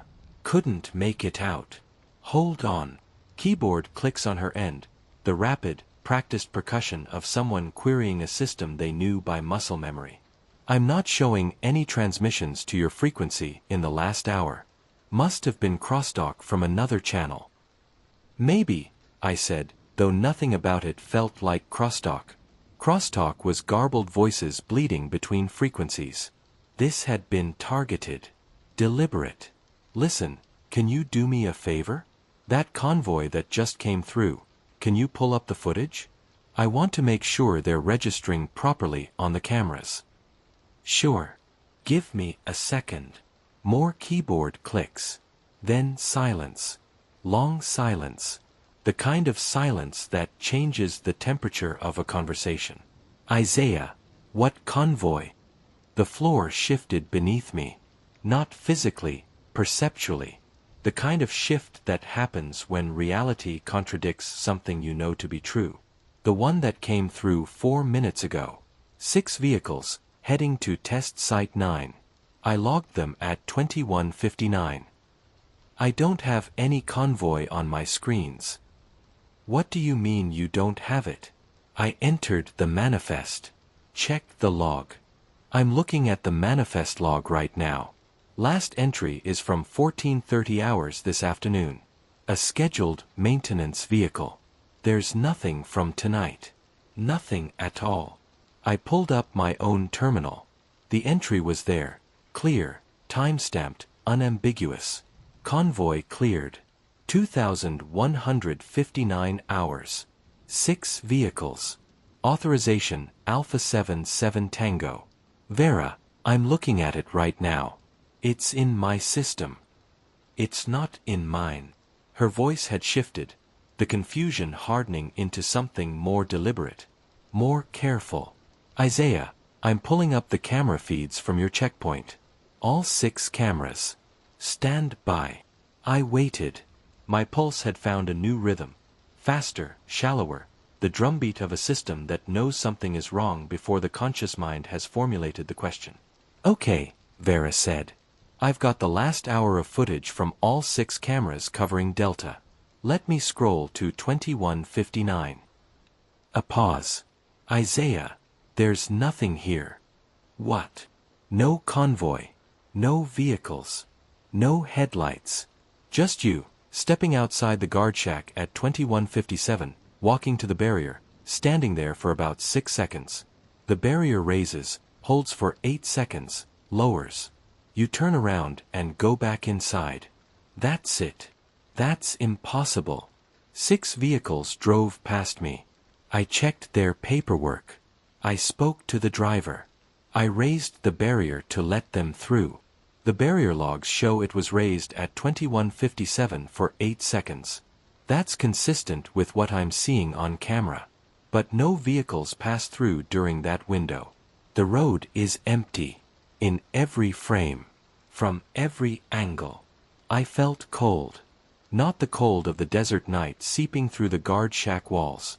A different cold, the cold that originates inside the body, that begins somewhere behind the sternum and spreads outward through the bloodstream like ink dropped into water. Run it back, I said. Describe exactly what you see. At 21:55, you're in the guard shack. 21:56, you stand up and walk to the window. 21:57, you step outside and walk to the barrier. You're looking south, down the road. The barrier raises. You stand there for approximately 6 seconds, alone. The barrier lowers. You turn around and go back inside at 21:58. You sit down. That's the entire sequence. And the road? Is there anything on the road? Nothing. Empty. Not even headlights in the distance. I walked outside, standing in the cool night air, and looked up Route 213 toward where the convoy should have traveled. The road was straight for about 2 miles before curving behind a low rise. If they'd been moving at 40 miles per hour, they'd be long past the curve by now. If they'd ever been there at all. Vera, I need you to contact Test Site 9. Ask them if they've received a supply delivery in the last few minutes. Already on it. Hold on. The line went quiet. I stood in the darkness with the phone pressed to my ear and the desert pressing against me from every direction. Vast, silent, indifferent to my confusion. Isaiah, Test Site 9 confirms they haven't received any deliveries tonight. They weren't expecting anything until Monday. My mouth went dry.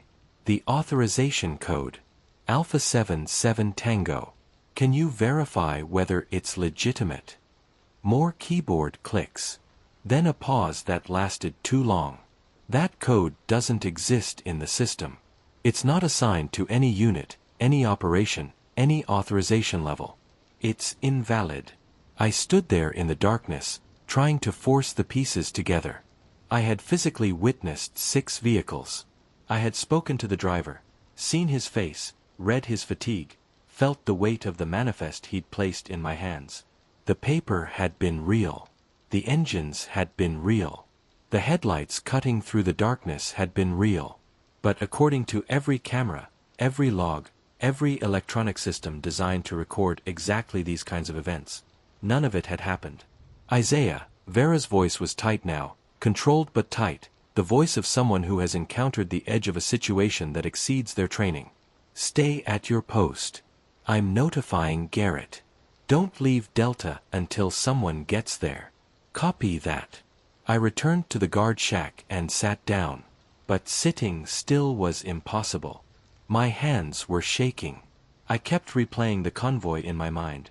The headlights approaching, the driver's weary face, the paper manifest with its crisp folds and printed text, the weight of it between my fingers.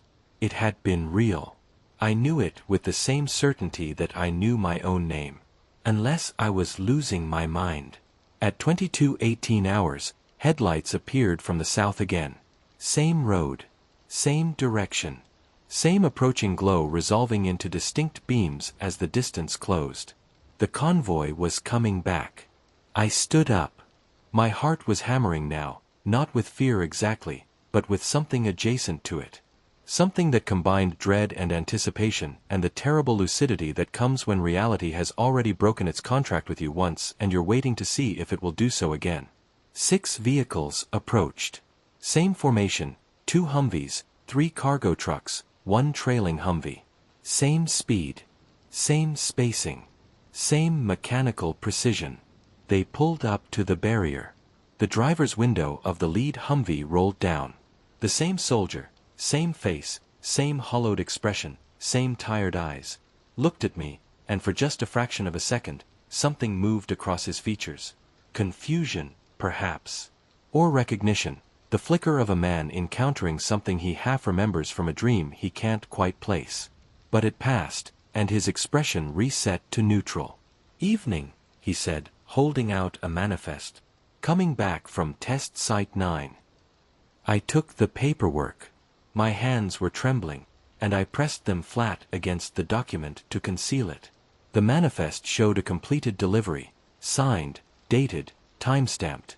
According to the records, they'd arrived at Test Site 9 at 22:08 hours and departed at 22:16. 9 minutes to unload an entire convoy of supplies. "Everything go okay?" I asked, watching his face with the attention of a man searching for a crack in a mask. "Yeah. Quick drop-off." He gestured at the barrier. "You mind?" I should have questioned him. Should have asked about the invalid authorization code, the absence of camera footage, the fact that the facility he'd supposedly just visited claimed no delivery had occurred. Every protocol I'd been trained in said, challenge, verify, escalate. But something in my gut, something older and more authoritative than training, said, let them through. Asking questions right now would be a very bad idea. I raised the barrier. The convoy rolled past, heading south, back toward the main facility. I watched their taillights fade into the desert darkness and then grabbed the phone. "Control, Vera. Please tell me you saw that. Saw what? The convoy. 6 vehicles. They just came back through Delta heading south. Silence on the line. Then, Isaiah. I'm looking at the live feed right now. You're standing outside the guard shack. There's nothing else there. No vehicles. No lights. Nothing. I turned around slowly, looking north, then south, then north again. The road behind me was empty. The night air was perfectly still. No engine sounds diminishing into distance. No dust settling on pavement. No vibration in the ground from heavy vehicles recently passed. Nothing. They were here, I said, and my voice had dropped to something barely above a whisper. Vera, I swear to God, they were right here. Isaiah, Garrett's on her way to your position. She'll be there in 10 minutes. Stay calm. Stay where you are. I hung up and walked back into the guard shack. My computer terminal showed 2 new log entries. Convoy cleared outbound. 2,159 hours. Convoy cleared inbound. 2,218 hours. Both time-stamped. Both containing vehicle counts. Both displaying authorization codes I had entered with my own hands. I opened the camera interface and pulled up the recorded footage from the last 30 minutes. Scrolled to 21:57 and watched. Just as Vera had described, I saw myself step outside, raise the barrier, stand alone for a few seconds, lower the barrier, return inside. No vehicles. No convoy. No headlights. Just a man performing actions in response to stimuli that the cameras could not detect. I scrolled forward to 22:18. Identical. I step outside, raise the barrier, stand there, lower it, go back inside. Alone. Talking to empty air. Interacting with a reality that existed only for me. I closed my eyes and forced my breathing into a steady rhythm. 2 possibilities. Either I was experiencing a psychotic break, a complete dissociation from consensual reality that had produced hallucinations detailed enough to include tactile sensation, auditory information, and the physical weight of paper in my hands. Or something had happened at Checkpoint Delta that exceeded the capacity of electronic surveillance to record. Something that had been real, physically, tangibly, undeniably real, but that operated on principles that made it invisible to every instrument designed to observe it. Neither option was acceptable, and both were terrifying. Garrett arrived at 22:02 hours in a white pickup with security stenciled on the doors. She stepped out, took one look at my face, and immediately softened the expression she wore like armor. Isaiah, you okay? I don't know, I said honestly. I saw something tonight. A convoy, 6 vehicles, but the cameras didn't record it and control says it never happened. She nodded slowly, not with surprise, with something closer to resignation. Vera told me, come on, let's sit down. We went into the guard shack and I walked her through the entire sequence. The initial radio call. The convoy arriving. The manifest. The driver's face. The radio detonation. The convoy returning. The complete absence of electronic evidence confirming any of it. She listened without interrupting. Her face was a closed door, no expression entering or leaving, and when I finished, she was quiet for a long time. Then she said, "You ever hear about the other incidents?" "What other incidents?" "The ones that don't go in the official reports." She pulled out her phone, checked the room, lowered her voice. "You're not the first person to see things at Delta. Last year, a contractor named Rodriguez reported a convoy passing through during his shift. Same story, he logged it, watched it drive past, interacted with the driver. But the cameras showed nothing. Empty road. Empty checkpoint. Week later, he quit. Said he couldn't work here anymore. Why didn't anyone tell me about this? Because we don't talk about it. Official policy, though you won't find it written anywhere. If someone reports an anomalous event, they get referred to medical, evaluated for stress or substance issues, and usually reassigned to a different post. The incident gets filed under equipment malfunction or human error. And that's the end of it. Case closed. Memory sanitized. But you believe me? She met my eyes. And in that moment, the armor cracked. Just slightly. Just enough to reveal something behind it that looked very much like exhaustion. I've worked here for 15 years, Isaiah. I've seen things I can't explain. Lights that don't move the way aircraft move. Equipment that fails without mechanical cause. Personnel who lose chunks of time and can't account for where they've been or what they were doing. She paused. And I've learned, the hard way, that asking too many questions at White Sands is a very efficient method of ending up somewhere you don't want to be. What are you telling me? I'm telling you that you have two choices. She held up two fingers, index and middle, like a peace sign stripped of its meaning. You can report this through official channels. Insist that something extraordinary happened tonight. Demand an investigation. And you'll probably end up in front of a psychiatric evaluator who will recommend your removal from duty. Your employment record will carry a flag. Your future in government security work will effectively end. She lowered one finger. Or, you accept that some things at White Sands defy explanation. You file your shift report without mentioning the convoy. You attribute the radio malfunction to equipment failure. And you move on. Continue your career. Continue your life. I stared at her. You're asking me to lie. I'm asking you to be smart. Her voice carried no judgment, only the flat pragmatism of someone who'd watched this exact dilemma destroy better men than either of us. Whatever you saw tonight, whatever actually happened at this checkpoint, you are not going to get answers through official channels. You're just going to get labeled as unreliable and sent home. And the incident will get buried regardless. She stood up, preparing to leave. Think about it. You've got until end of shift to decide what goes in your report. She paused at the door.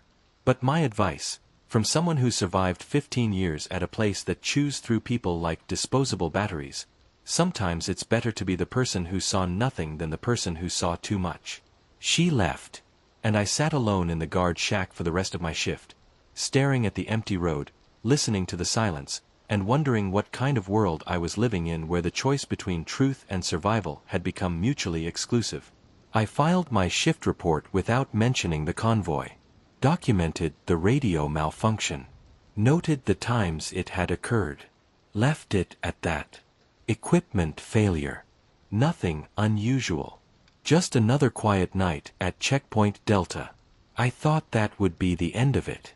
I was profoundly, devastatingly wrong. 3 days later, I was summoned to the security office at the main facility. Not Garrett's office, somewhere higher up the institutional architecture, in a wing I'd never had reason to visit. The room was small and windowless. A desk. 2 chairs. The kind of space designed to make you feel contained. And the man waiting for me wasn't anyone I recognized. Mid-50s, civilian clothes, no name tag, no identification visible. His face had the practiced neutrality of someone trained to reveal nothing and extract everything. Mr. Grant. Have a seat. He gestured to the chair across from him. His voice was professional, calibrated, temperature-controlled, the vocal equivalent of the room itself. I'm reviewing some incident reports from last weekend. I wanted to ask you a few questions about your shift on August 17th. I sat, kept my posture open, kept my expression calm. Sure. What do you need to know? You reported a radio malfunction at approximately 22:03 hours. Can you walk me through what happened? I gave him the documented version. The static burst. The partial transmission. The dead radio. All true. All on the record. And you didn't hear anything else unusual? Nothing on the radio before or after the malfunction? No, sir.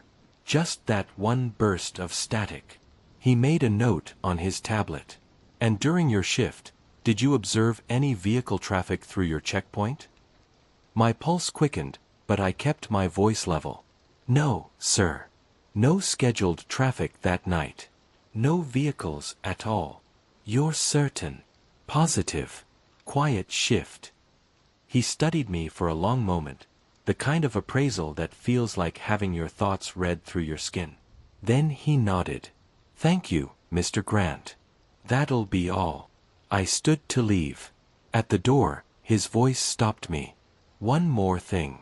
If you experience any unusual events in the future, anything out of place, anything that doesn't seem to fit, I want you to report it directly to me. Not through normal channels. Understood. He extended a business card. Blank white. Nothing printed on it except a phone number. No name. No title. No agency. Understood, I said, and left. 2 weeks later, I was back at Delta. Thursday night. Overcast. Low clouds pressing down like a ceiling that had been lowered several feet too many. At 21:34 hours, my radio crackled. Not static this time, a voice. Clear. Deliberate. Delta, this is Transport Unit 7. Approaching your position for checkpoint clearance. I grabbed my mic. Transport 7, I don't have you on my schedule. What's your authorization? Authorization code, Beta 44 Hotel. Classified cargo. Test Site 12. I checked the code. Invalid. Transport 7, your authorization doesn't verify. Hold your position. Negative. Delta. Time-sensitive schedule. We're coming through. Headlights appeared from the south. 3 vehicles this time, 2 trucks, 1 escort.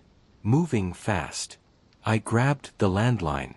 Vera, unauthorized convoy approaching Delta. Claiming classification, I can't verify. Stand by, Isaiah. Let me. The line went dead. Radio, dead. Everything, simultaneously, silenced. The convoy was a quarter-mile out. Closing fast. I stepped outside, hand moving instinctively to my sidearm. Training dictated I lower the barrier and physically obstruct their approach. But something deeper than training screamed, "Get out of the way." They didn't slow down. 3 vehicles hit the checkpoint at 40 miles per hour, and I watched, my mind fracturing along fault lines I didn't know it possessed, as they passed through the barrier. Not crashed through. Not smashed it aside. Passed through it. The way light passes through glass. The way a hand passes through smoke. The steel barrier remained intact, unbent, unscratched, undisturbed. The vehicles simply occupied the same space as solid metal for a fraction of a second, and then they were past it, continuing up Route 213 as though the barrier existed in a different layer of reality than the one they were traveling through.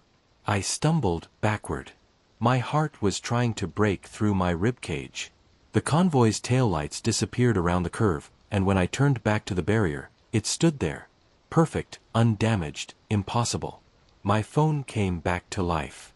I called control immediately. Vera, 3 vehicles just drove through Delta.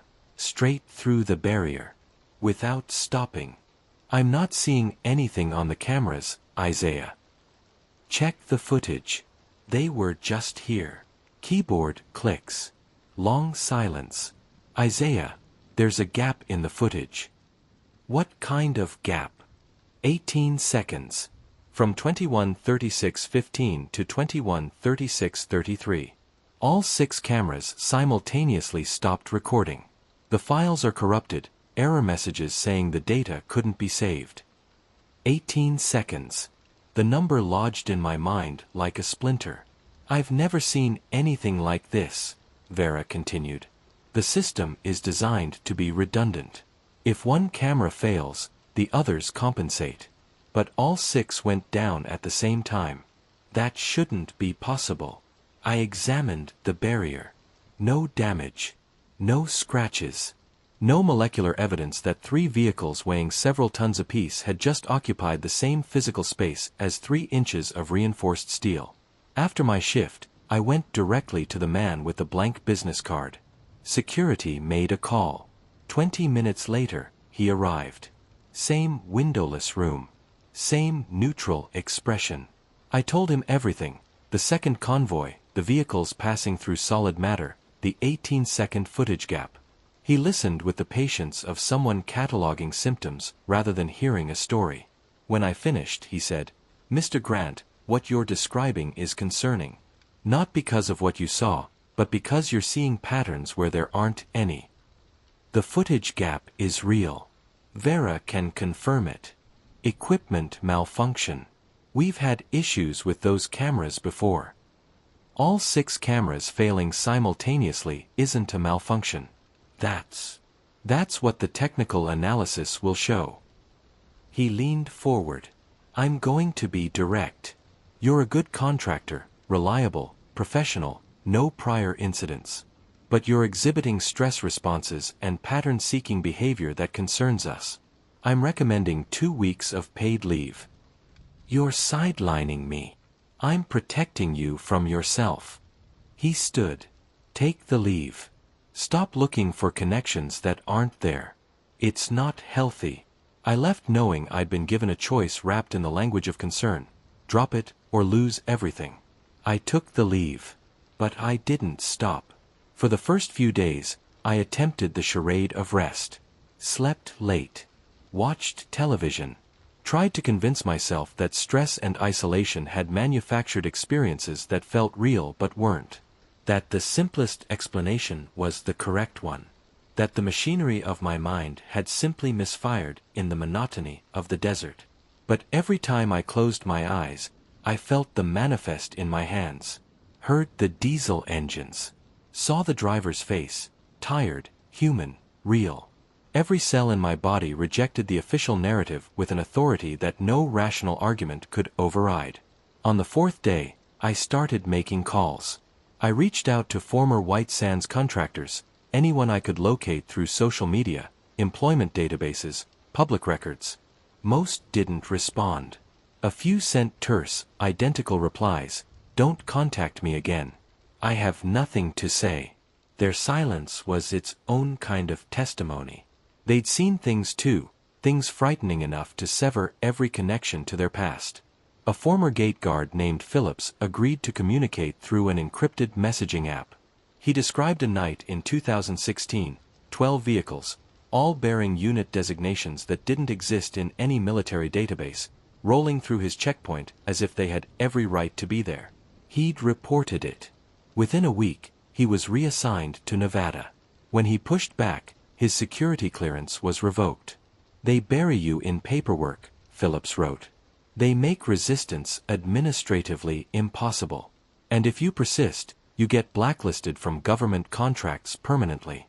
So you take the hint. You move on. You learn to forget." A woman named Jackson described equipment failures that followed patterns, always the same locations: Delta, the Eastern Access Road, the perimeter near Zone 17. Radios dying. Cameras glitching. Vehicle electronics failing. And always, without exception, lights in the sky that weren't flares, weren't aircraft, weren't anything with a name. Did you ever find out what caused it? No. And I stopped asking after my supervisor told me that curious people don't last long at White Sands. That was my last week. The pattern was undeniable. Dozens of people, possibly hundreds, had experienced anomalies at this facility. And every single one had been silenced. But one person agreed to meet in person. A woman named Kira, who'd worked in Central Control for 3 years before leaving in 2017. She was hesitant, said she'd moved on, didn't want to reopen that chapter. But when I mentioned the 18-second footage gap, she went silent for a long time. "Where did you say you worked?" "Delta Checkpoint." Another pause, longer, heavier. "I know that location. I monitored it during my shifts." Her voice dropped to something barely audible. "We need to meet. Not over the phone. In person. Somewhere public, but not close to the base." We met at a diner in Alamogordo, a place called Rose's, far enough from White Sands that running into facility personnel was unlikely. I arrived early, took a booth in the back with clear sightlines to both entrances, and waited. Kira arrived 20 minutes later. Early 30s. Dark hair pulled back tight. Jeans and a jacket despite the warm afternoon. But what struck me wasn't her appearance, it was her behavior. The constant scanning. Eyes sweeping the room before she'd take a step. The tension in her shoulders that suggested she hadn't fully relaxed since the day she left White Sands. The body language of someone who'd been hunted long enough that vigilance had become involuntary. "Thanks for meeting me," I said. She studied my face, searching for something. Authenticity, perhaps. Or the absence of a trap. "I heard you saw something at Delta," she finally said. "How?" "People talk. Not openly, never openly, but there's a network. Former contractors who keep tabs on what's happening at the facility. When someone reports an anomaly and gets sidelined, word spreads through channels that don't appear on any organizational chart." She ordered coffee. Waited until the waitress retreated. "You're not the first person at Delta to experience something like this." "I know. I've been doing research. Talking to people. Then you know that every person who pushed too hard either quit, got fired, or disappeared." She wrapped her hands around the coffee mug, drawing warmth from it like a talisman. "I saw things too. In control. Things that shouldn't be possible. Tell me." She glanced around, a reflex, not a choice. Footage that contradicted itself. Objects on one camera that didn't appear on adjacent cameras covering the same area. Vehicles that registered on thermal imaging but not on visual feeds, or vice versa. And gaps. So many gaps. The 18-second gap at Delta? I remember all of them. They happened regularly. Always the same locations. Delta, the eastern perimeter, Zone 17. The system was built to be fail-safe.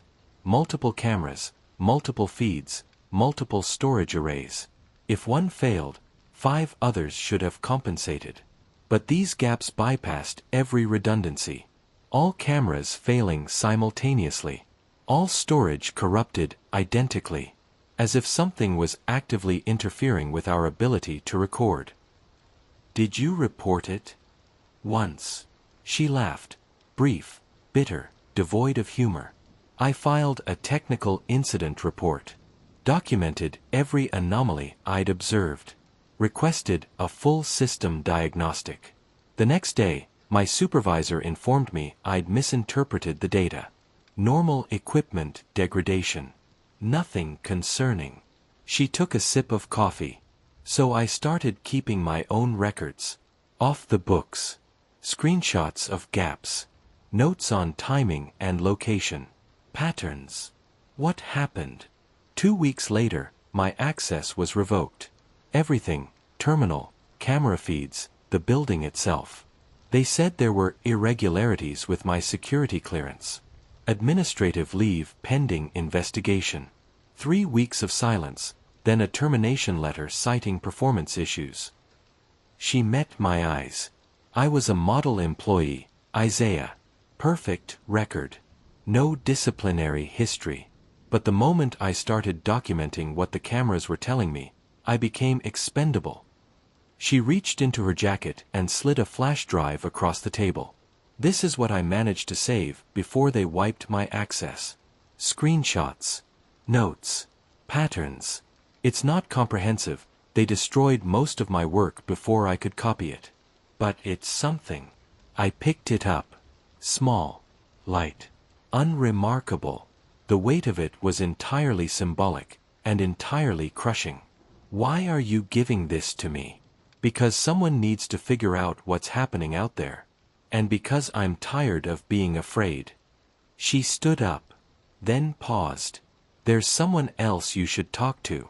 Retired base commander, Lawrence Tate. Left 5 years ago. He knows more about what really goes on at White Sands than anyone still breathing. If you can convince him to talk, he might fill in the gaps that neither of us can." She wrote an address on a napkin and pushed it toward me. "Be careful, Isaiah. People who dig too deep into this have accidents. Or they simply vanish. And once you start down this path, there's no returning to the life you had before."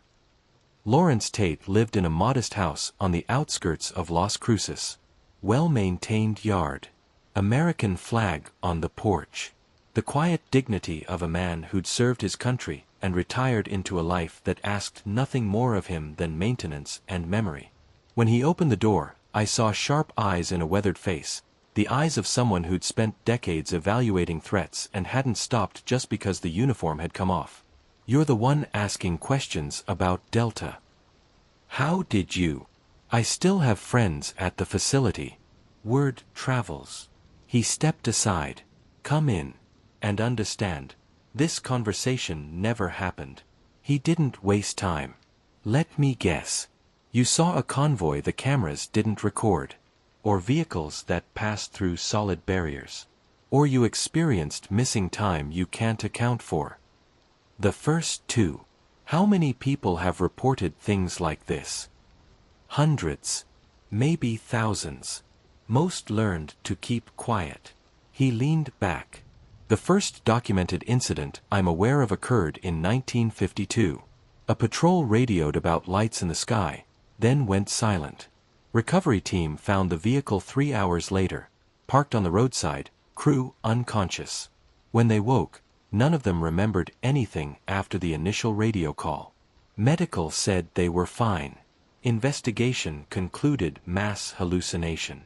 "But you don't believe that." "I believe something happened that our frameworks couldn't accommodate. And I believe it's been happening ever since." He handed me a folder from a cabinet, photocopied reports, handwritten notes, photographs of equipment damage that matched no known cause. Decades of unofficial documentation that had never entered any official channel. "Zone 17, he said when I asked about the epicenter. "It's been restricted since 1945, immediately after Trinity. Some believe the atomic blast opened something. A doorway. A weakness in the fabric of spacetime. Others think it attracted attention from something that was already here, something that had been here long before us. Either way, that location generates the highest concentration of anomalies on the entire range." "What's actually there?" "I was base commander for 8 years. I never received clearance to enter Zone 17. Whatever they're doing, whatever they're studying, it exists above every classification level I've ever held." I returned to work. Filed clean reports. Kept my head down. But I was documenting everything. Times, locations, anomalies. And I waited.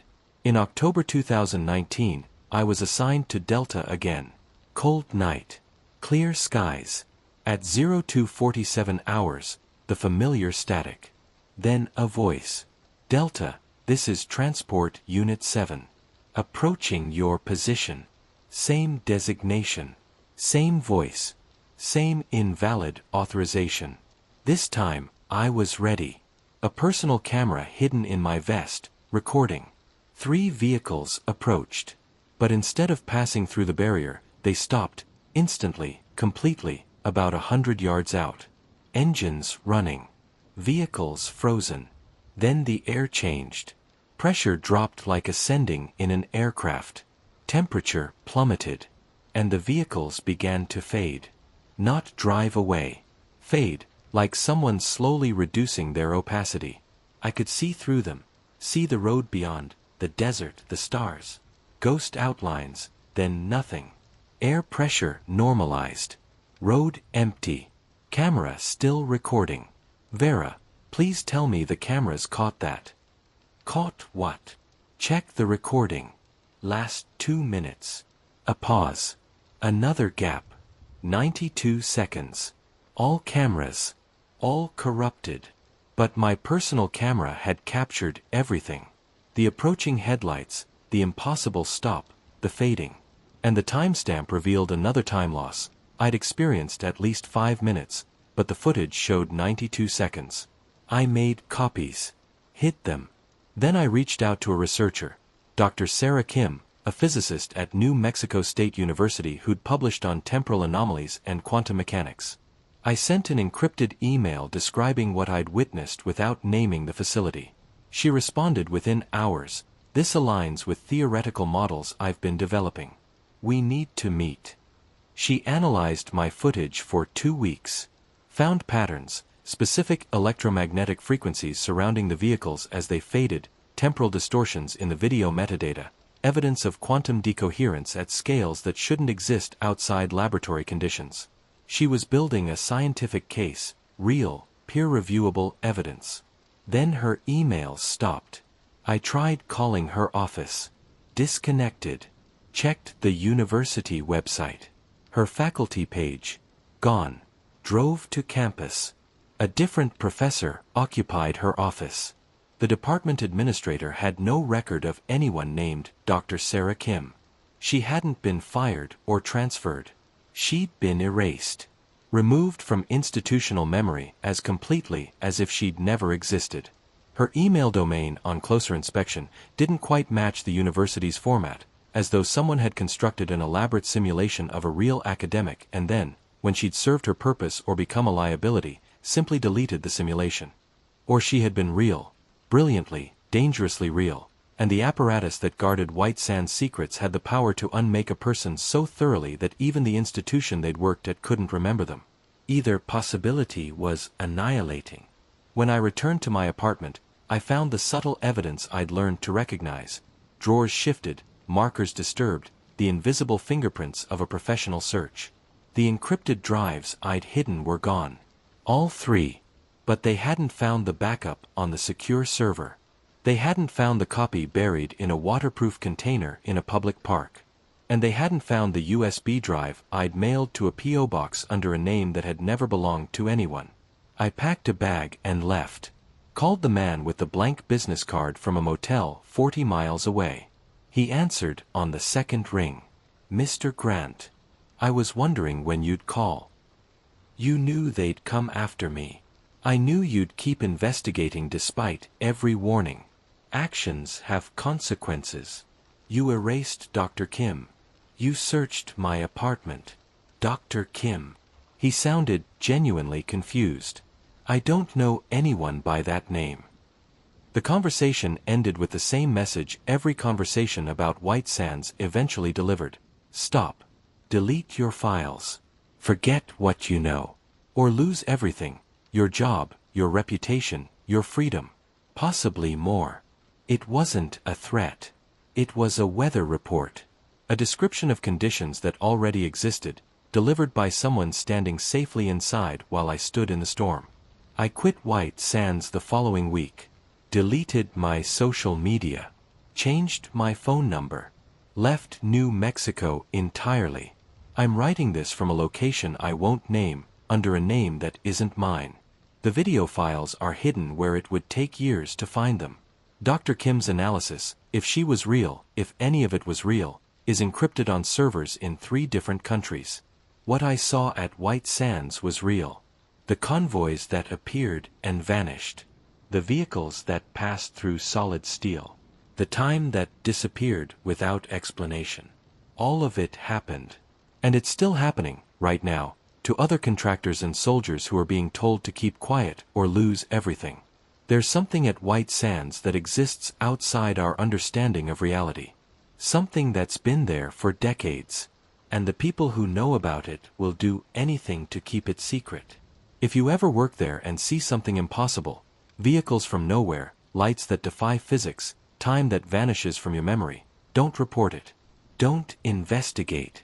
Don't try to understand it. Just walk away. Because once you start seeing the pattern, you can't unsee it. And the people who guard that secret have very long memories. They're still looking for me. Same cars in my mirrors. Calls from blocked numbers. Signs of searches in apartments I thought were safe. They know I have evidence. They're waiting for me to make a mistake. So I stay quiet. I stay hidden. And I wait. If you're reading this, it might mean I made it. Or it might mean someone found what I left behind. Either way, the convoy was real. The missing footage was real. The reality glitches at White Sands are real. And if anyone tells you otherwise, they're lying. Or they're part of the cover-up. Or they're the next person about to disappear. Story 3. Owen Briggs. There are things you see in the desert that stay with you. Not the sunsets or the way the dunes shift in the wind, those are postcards, pretty enough to forget. I'm talking about things that shouldn't exist. Things that force you to question whether the world operates according to the rules you've spent your entire life assuming were non-negotiable. My name is Owen Briggs. And I've spent the last 4 years working as a logistics coordinator at White Sands Missile Range. That's a polished title for someone who drives supply trucks between facilities, makes sure equipment arrives where it needs to be, and spends an extraordinary amount of time alone on roads that don't appear on any civilian map. It's not glamorous work. But it pays well, and I'd made my peace with the isolation, with the long hours and the empty horizons and the particular loneliness of being the only human being for 30 miles in any direction.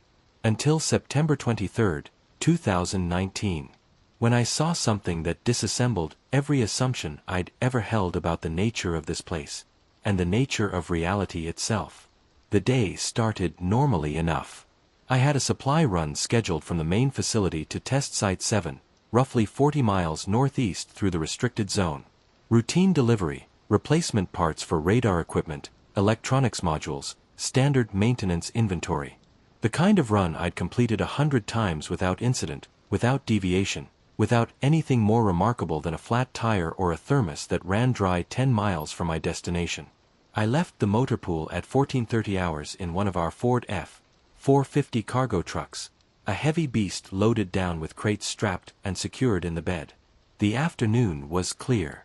Temperature hovering around 95 degrees, that dry mineral heat that doesn't so much warm you as desiccate you, pulling moisture from your skin and your lungs and leaving behind something that feels more like leather than flesh.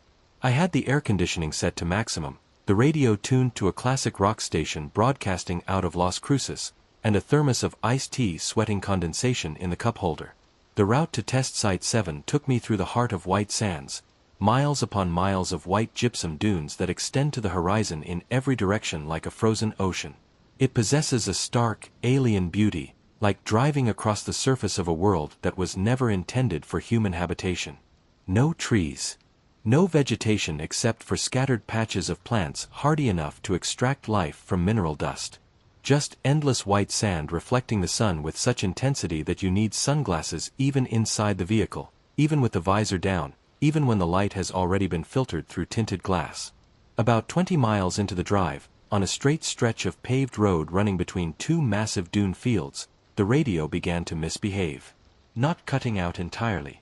The signal weakening, the music developing a strange, aqueous quality, as though the sound waves were being transmitted through a medium denser than air. An echo that shouldn't have been there. A distortion that belonged to no atmospheric condition I'd ever encountered. I reached over to adjust the tuning, assuming I was losing the station's range. That's when I saw it. About a quarter mile ahead. Right in the center of the road. A column of white light. Not headlights from an approaching vehicle. Not a reflection bouncing off the sand. This was something fundamentally different. A vertical shaft of pure illumination rising from the ground, perhaps 15 feet in diameter, extending upward into the sky until it dissolved into the brightness of the afternoon. It stood there with the solidity of a physical structure, a pillar of radiance erected in the middle of the desert with no visible source, no visible mechanism, no visible reason for existing. I eased off the accelerator, bringing the truck from 55 down to 30. The light didn't move.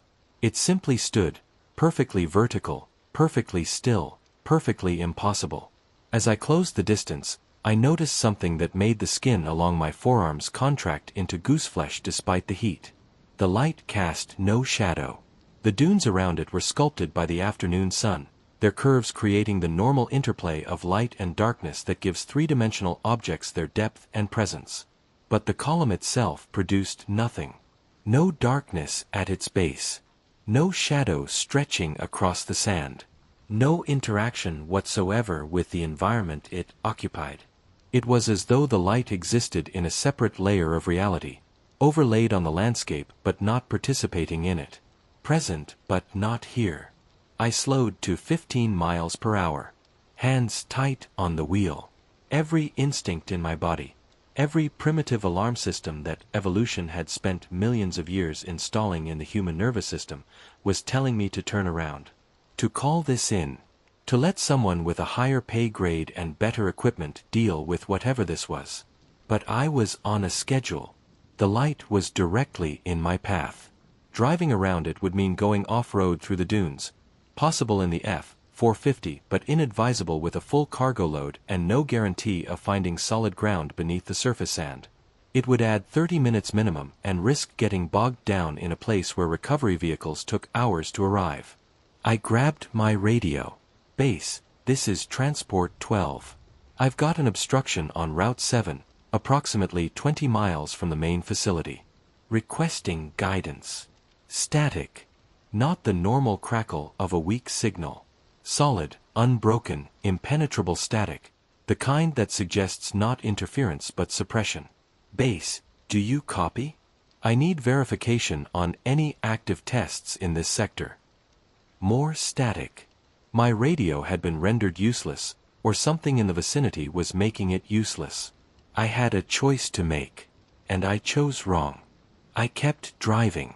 Told myself it was probably some kind of optical experiment. Holographic projection. Atmospheric testing. The military did inexplicable things in this desert every day of the week. This was probably nothing, just another classified project I lacked the clearance to comprehend and the authority to question. At 100 yards, I started feeling it. A pressure in my chest, deep, insistent, familiar to no medical condition I'd ever experienced. A low-frequency vibration that began behind my sternum and radiated outward, making my teeth ache in their sockets and the edges of my vision swim with a distortion that wasn't optical but neurological. The truck's engine kept running normally, but the radio went from static to absolute silence, and the digital displays on the dashboard began to flicker. 50 yards. The pressure intensified. The air itself seemed to thicken, become resistant, as though I were driving through a medium heavier than atmosphere. The steering wheel vibrated beneath my palms. A high-pitched whine materialized at the edge of hearing, sourceless, directionless, existing everywhere and nowhere simultaneously. 25 yards. I could see individual particles of light now, swirling inside the column like luminous dust motes caught in an updraft. But they moved wrong, flowing upward in tight spirals that defied gravity, pulsing in rhythms that felt almost deliberate. Almost linguistic. Then I drove through it. The moment the truck's hood pierced the boundary of the column, everything changed. The pressure vanished, replaced instantaneously by a sensation I can only describe as falling upward. My stomach lurched the way it does at the apex of a roller coaster, that weightless, inverted moment when gravity briefly forgets which direction it's supposed to pull. My vision whited out completely. Not blinding brightness, total whiteness. The annihilation of color, of depth, of spatial orientation. Like being submerged in pure light. And for a single moment, a moment that felt simultaneously instantaneous and eternal, I was somewhere else. Not physically elsewhere. Temporally elsewhere. As though I'd slipped sideways through time the way you might slip through a curtain, briefly occupying a space adjacent to the one I'd been in, a space that existed alongside normal reality but operated according to different principles. Then I was through. Back into ordinary sunlight. The world snapping back into focus with the violence of a rubber band released from tension. I slammed the brakes. The truck shuddered to a halt on the far side of the column. I sat there, heart hammering, lungs heaving, knuckles white, and tried to convince my nervous system that I was still alive. In the rearview mirror, the light stood unchanged behind me. Same position. Same impossible verticality. Same serene indifference to the laws governing everything around it. But something was wrong with the truck. Every digital display on the dashboard had reset. The odometer read 0. The clock showed midnight. The trip computer, the fuel gauge, the temperature readouts, all showing default values or error codes. And the engine, which had been running smoothly moments before, was now idling rough, sputtering, catching, sputtering again, like a heart struggling to maintain rhythm after a shock. I tried the radio. This time it worked. Base, this is Transport 12. I've experienced an equipment malfunction. All dashboard systems have reset. Requesting immediate assistance. The response came through immediately, clear, strong, concerned. Transport 12, this is base. We're showing, wait. We're not picking up your transponder signal. What's your current location? My GPS unit was blank. Blue screen. Searching for signal flashing uselessly. Route 7. Approximately 23 miles northeast of main facility. GPS is down. Hold your position. Recovery vehicle en route. Copy. But base, there's something else. There's a light in the middle of the road. A column of light. I drove through it, and that's when everything reset. Silence. The kind of silence that means someone on the other end is deciding how to respond to information they weren't prepared to receive. Then a different voice, one I didn't recognize, carrying the clipped authority of someone who gives orders rather than takes them. Transport 12, this is Site Command. Do not approach the light source again. Remain in your vehicle with the engine running. A security team is being dispatched. ETA 20 minutes. I sat there for those 20 minutes, watching the light in my mirrors, listening to the rough idle of an engine that should have been purring, and I noticed something that disturbed me more than the light itself, more than the whiteout, more than the instrument failure. The wind had changed direction. When I'd first seen the column, there had been a steady breeze from the southwest, typical for that time of day. But now the wind was flowing from the northeast, directly toward the light, as though the column were pulling the atmosphere into itself, inhaling the desert air with a slow, steady appetite. But the sand wasn't moving. I need to be precise about this, because it's the detail that haunts me most. The wind was blowing. I could feel it through the truck's vents, steady, measurable, real. But the dunes surrounding me showed no evidence of wind whatsoever. No sand streaming off the peaks. No ripples forming on the slopes. No particles lifting from the surface. The gypsum was frozen in place, locked in absolute stillness, as though the physical relationship between wind and sand had been locally suspended. Wind that blew without moving what it touched. A violation so fundamental, so basic, that it made the rest of the impossibilities I'd witnessed seem almost reasonable by comparison. The security team arrived in 2 Humvees. For personnel in desert fatigues and tactical gear, established a perimeter around my truck while the team leader, a woman named Sergeant Ramos, compact, precise, with the economy of movement that comes from years of operating in environments where wasted motion costs lives, approached my window. "Mr. Briggs, are you injured?" "No, ma'am. Shaken up. But physically fine." "Good. I need you to exit the vehicle slowly. Keep your hands visible." I complied. One of her team immediately began scanning my truck with a handheld device, something electronic, compact, purpose-built. Not standard equipment. "You said you drove through the light source," Ramos said. "Describe exactly what you experienced." I walked her through it, the pressure, the falling upward sensation, the whiteout, the instrument reset. She listened with the focused stillness of someone cataloging data points rather than hearing a story. Her expression gave nothing away. "Sergeant," the technician called out. Elevated EM fields around the vehicle, significantly above baseline. Nothing dangerous, but anomalous. Ramos nodded. "We need you to come with us, Mr. Briggs. Your truck will be towed back for analysis." "What about my delivery?" "The delivery can wait. Right now, we need to debrief you and run medical checks." They put me in one of the Humvees. As we drove back toward the main facility, I watched the light through the rear window, still standing there, unchanged, patient. And just before a curve in the road took it out of sight, I saw something that turned my blood to ice. Another vehicle was approaching the column from the opposite direction. A civilian pickup truck, probably someone from one of the peripheral ranches who had access to the boundary roads. They were driving fast, clearly unaware of what they were about to encounter. I opened my mouth to speak, to tell Ramos we needed to warn them, to stop them.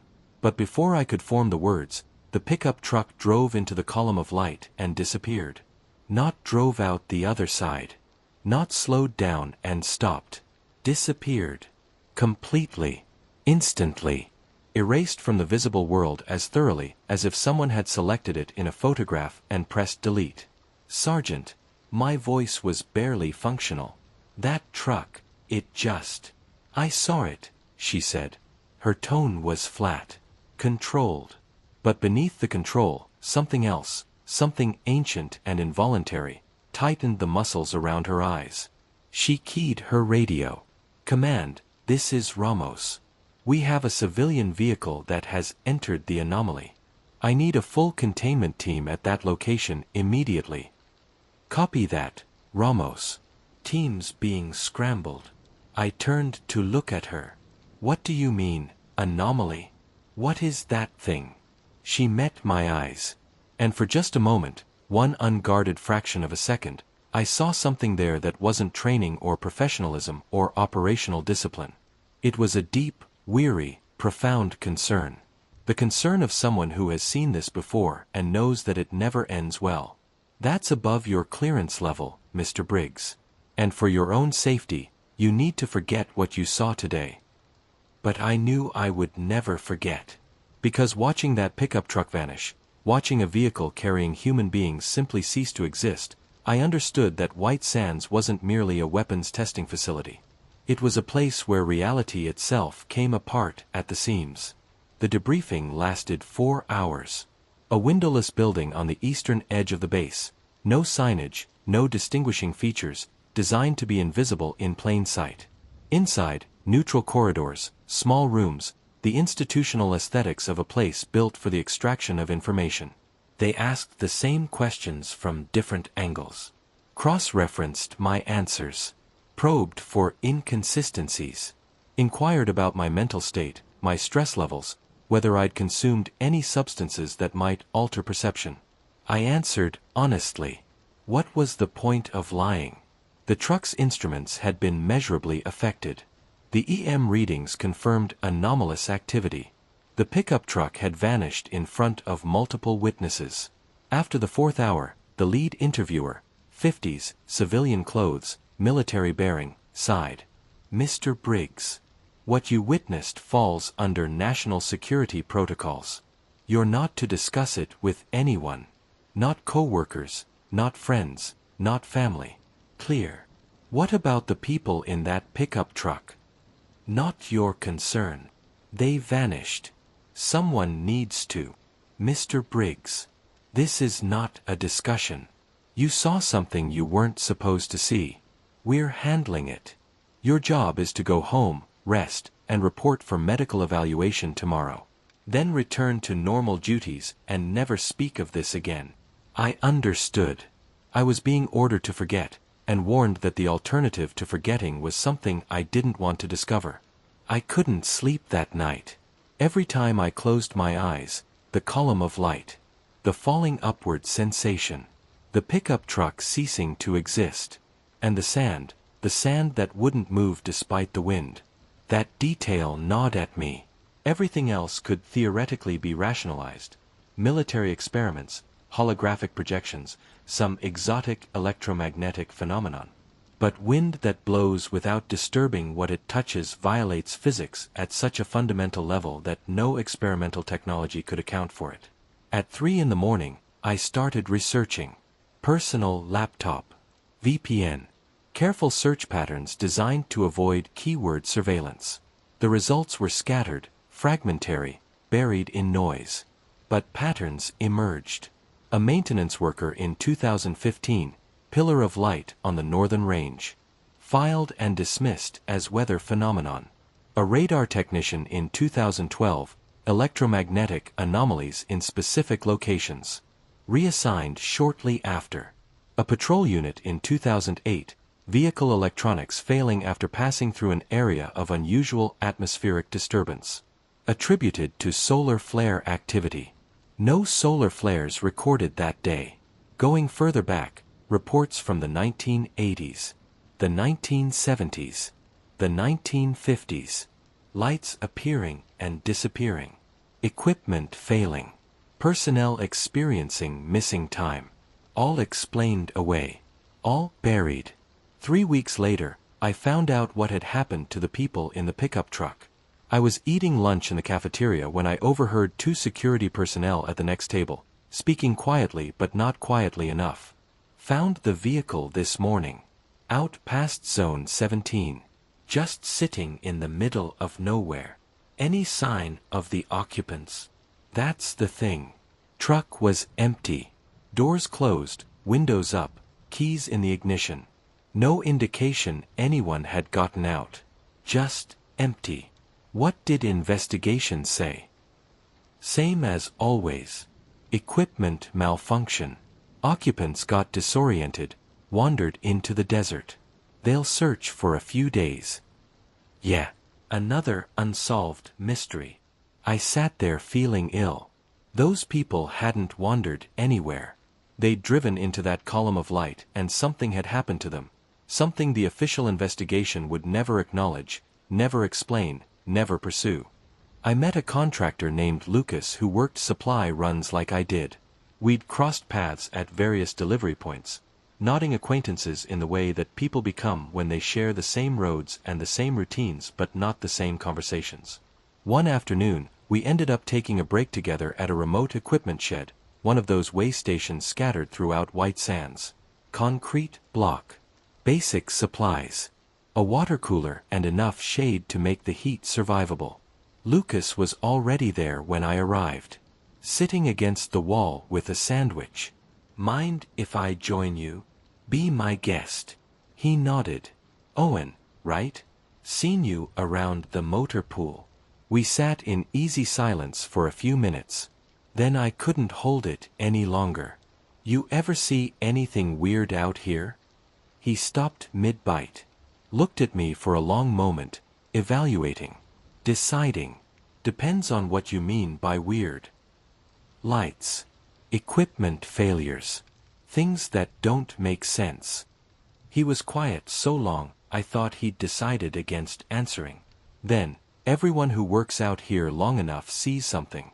Most people learn not to. He took a drink of water. Why? You see something. I told him about the column of light. Left out the worst details at first, just enough to gauge his reaction. The light in the road. The instrument reset. The pressure. He nodded slowly. Not surprise, recognition. Yeah, I've seen lights like that. Different locations, same description.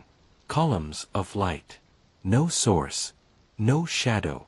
He set down his sandwich. First time I saw one, I reported it. Got told it was a weather phenomenon, temperature inversions causing light refraction. Very scientific. Very reasonable. But you didn't believe it. Of course not.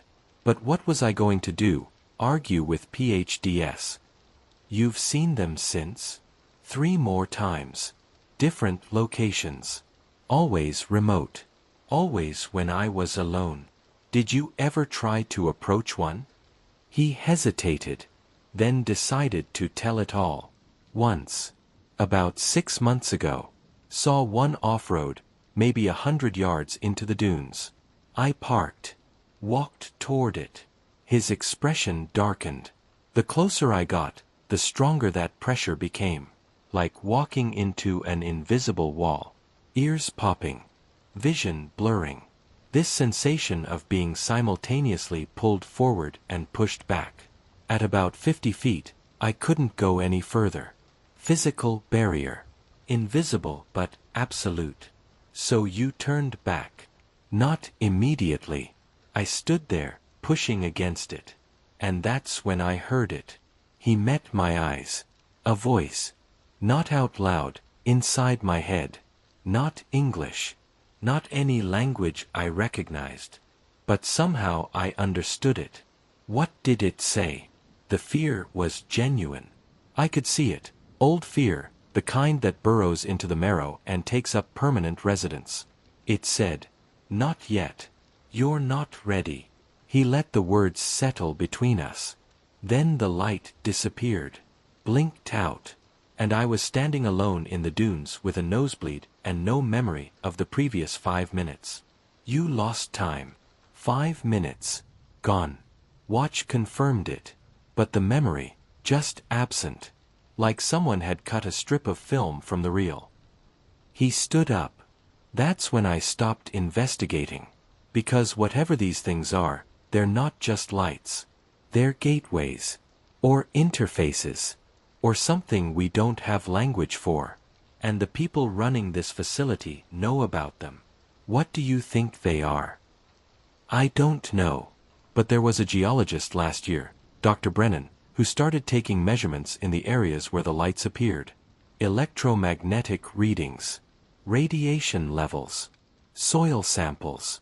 Building a whole database. What happened to him?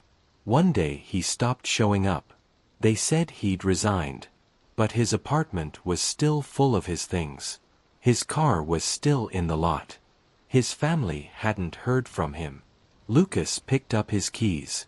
Look, I'm telling you this because I saw the look in your eyes when you asked about weird things. It's the same look I had after my first encounter. I'm trying to save you from making the same mistakes I did. He paused at his truck. This stuff is bigger than us. Bigger than anything we can understand or control. And the people running this place will do anything to keep it quiet.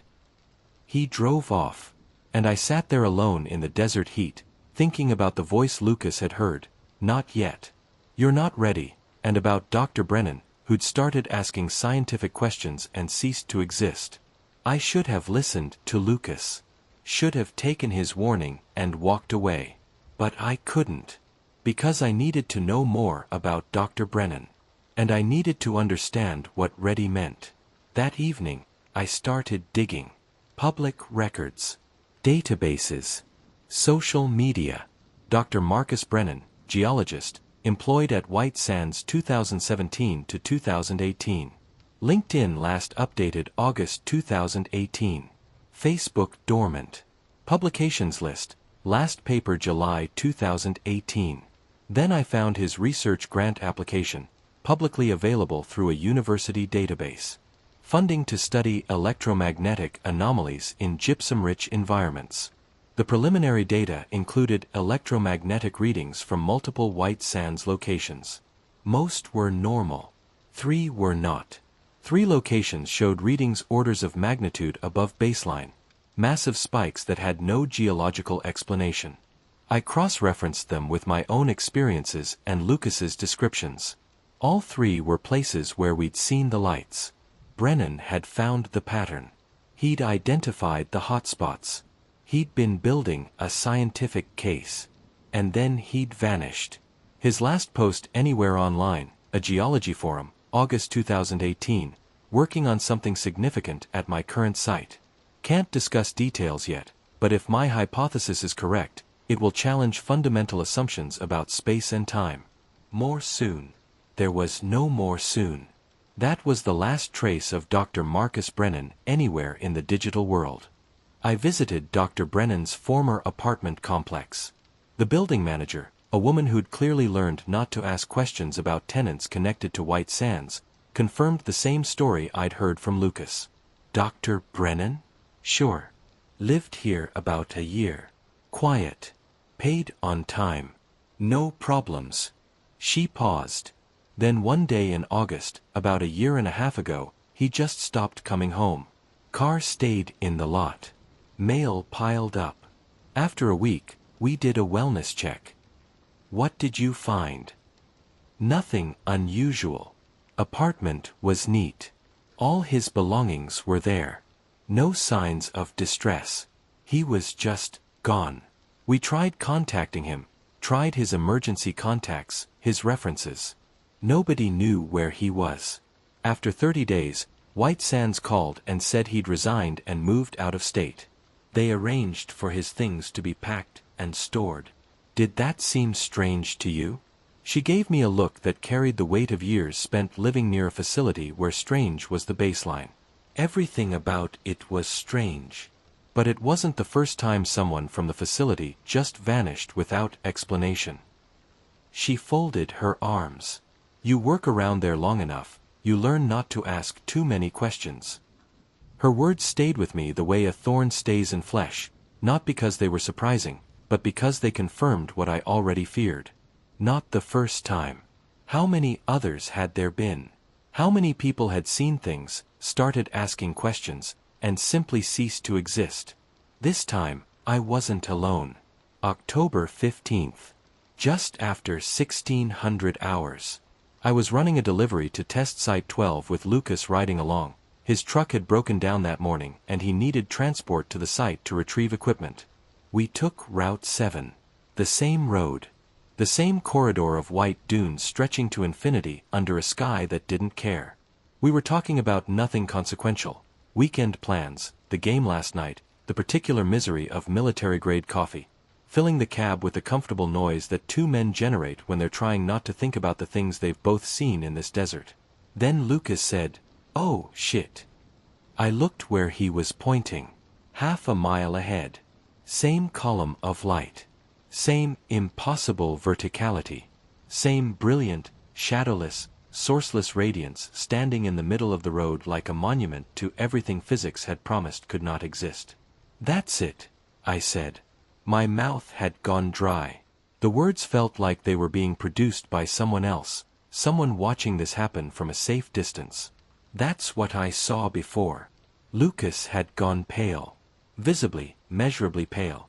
The blood draining from his face, as though his body were redirecting resources to organs more essential than his complexion.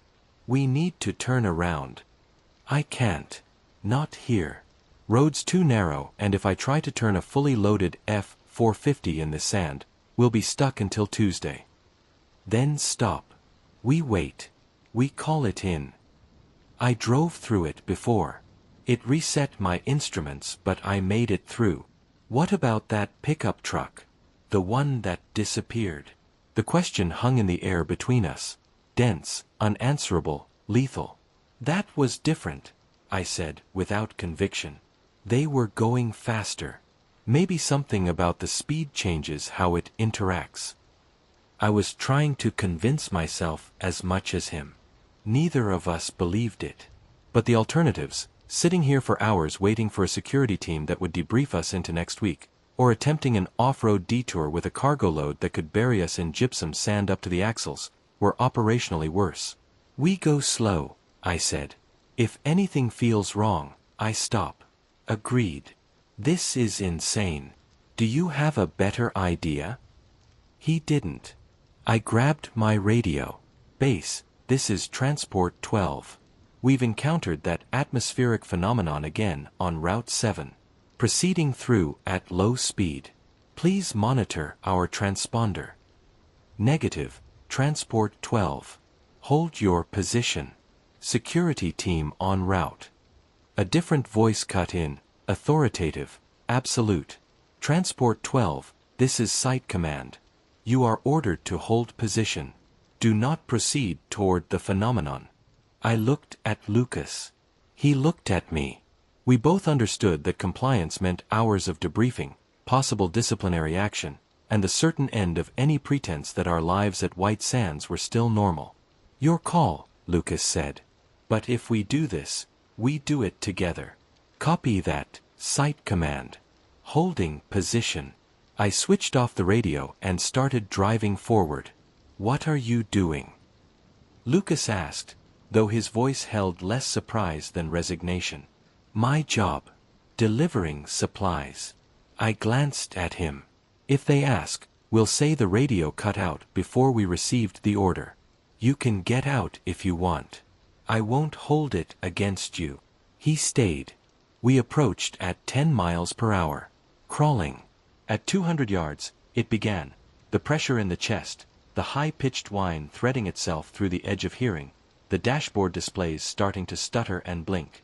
At 100 yards, Lucas said, "The wind. Look at the sand." He was right. Wind was flowing from behind us toward the light. I could feel it through the vents, a steady pull of air being drawn forward. But the dunes flanking the road were motionless. Not a grain disturbed.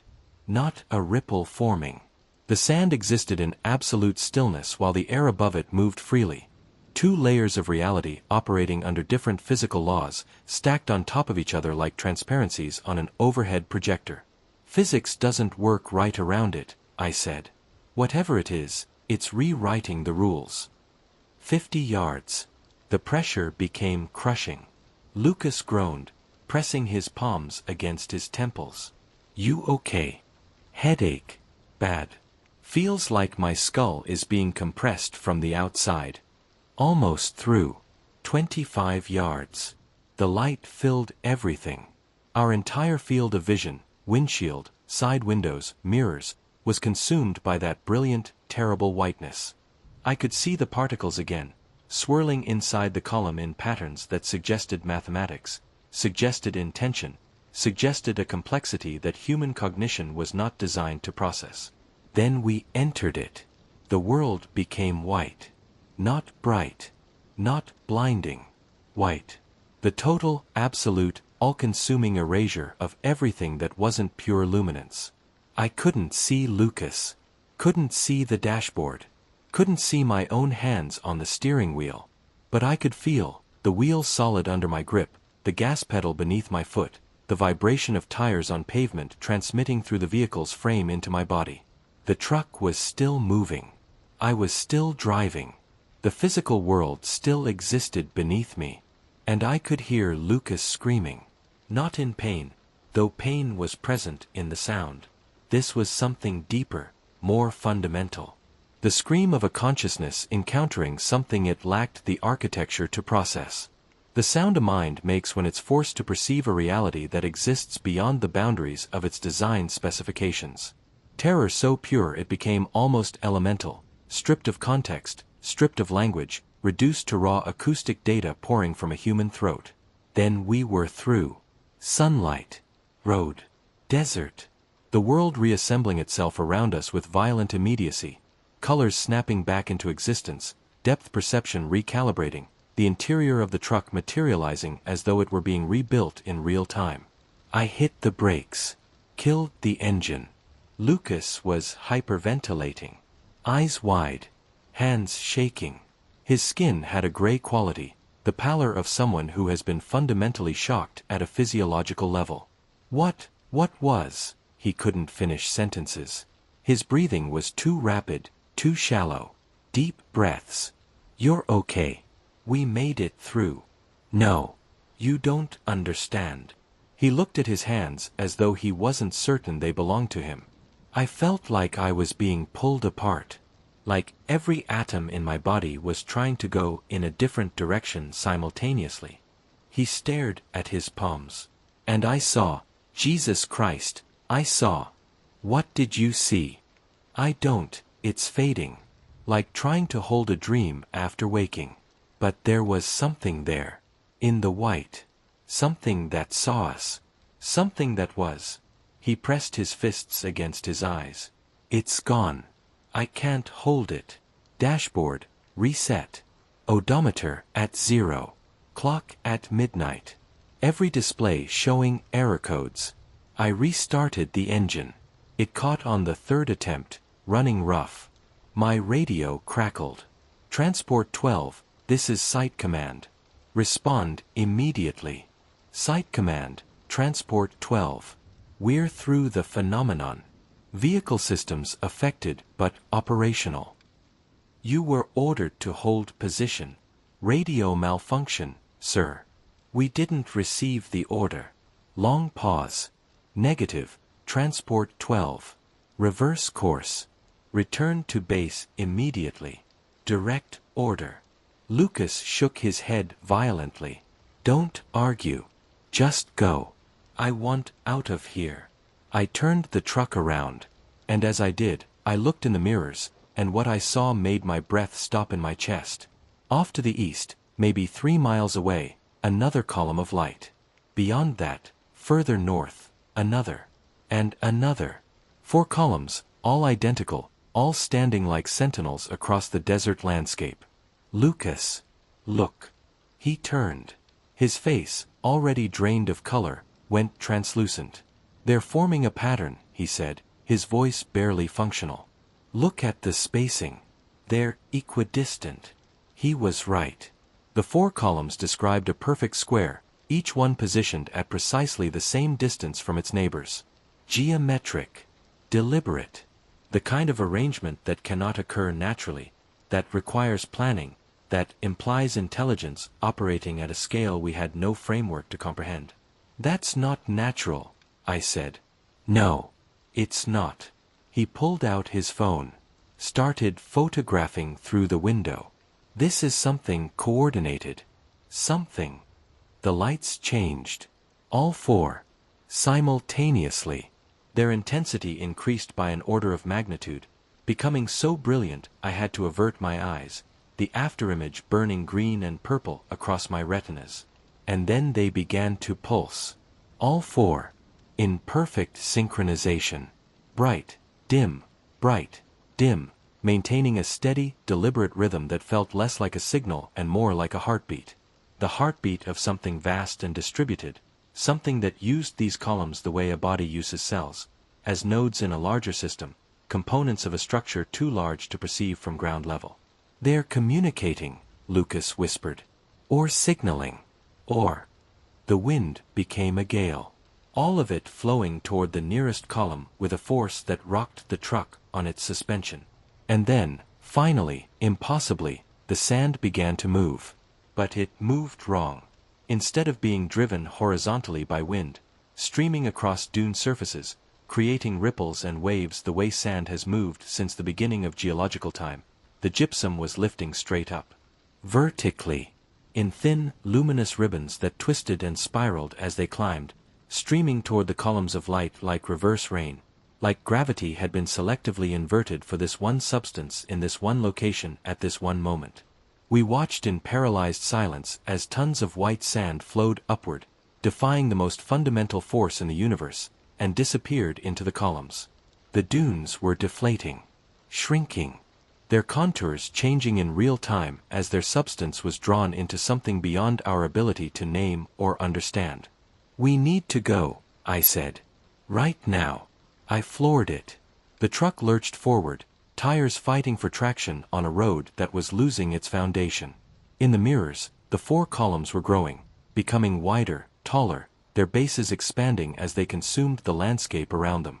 The sand continued to rise in those impossible spiraling ribbons, and the sky above the columns had begun to change color, darkening at the zenith, as though the light being drawn from below was somehow draining the atmosphere above.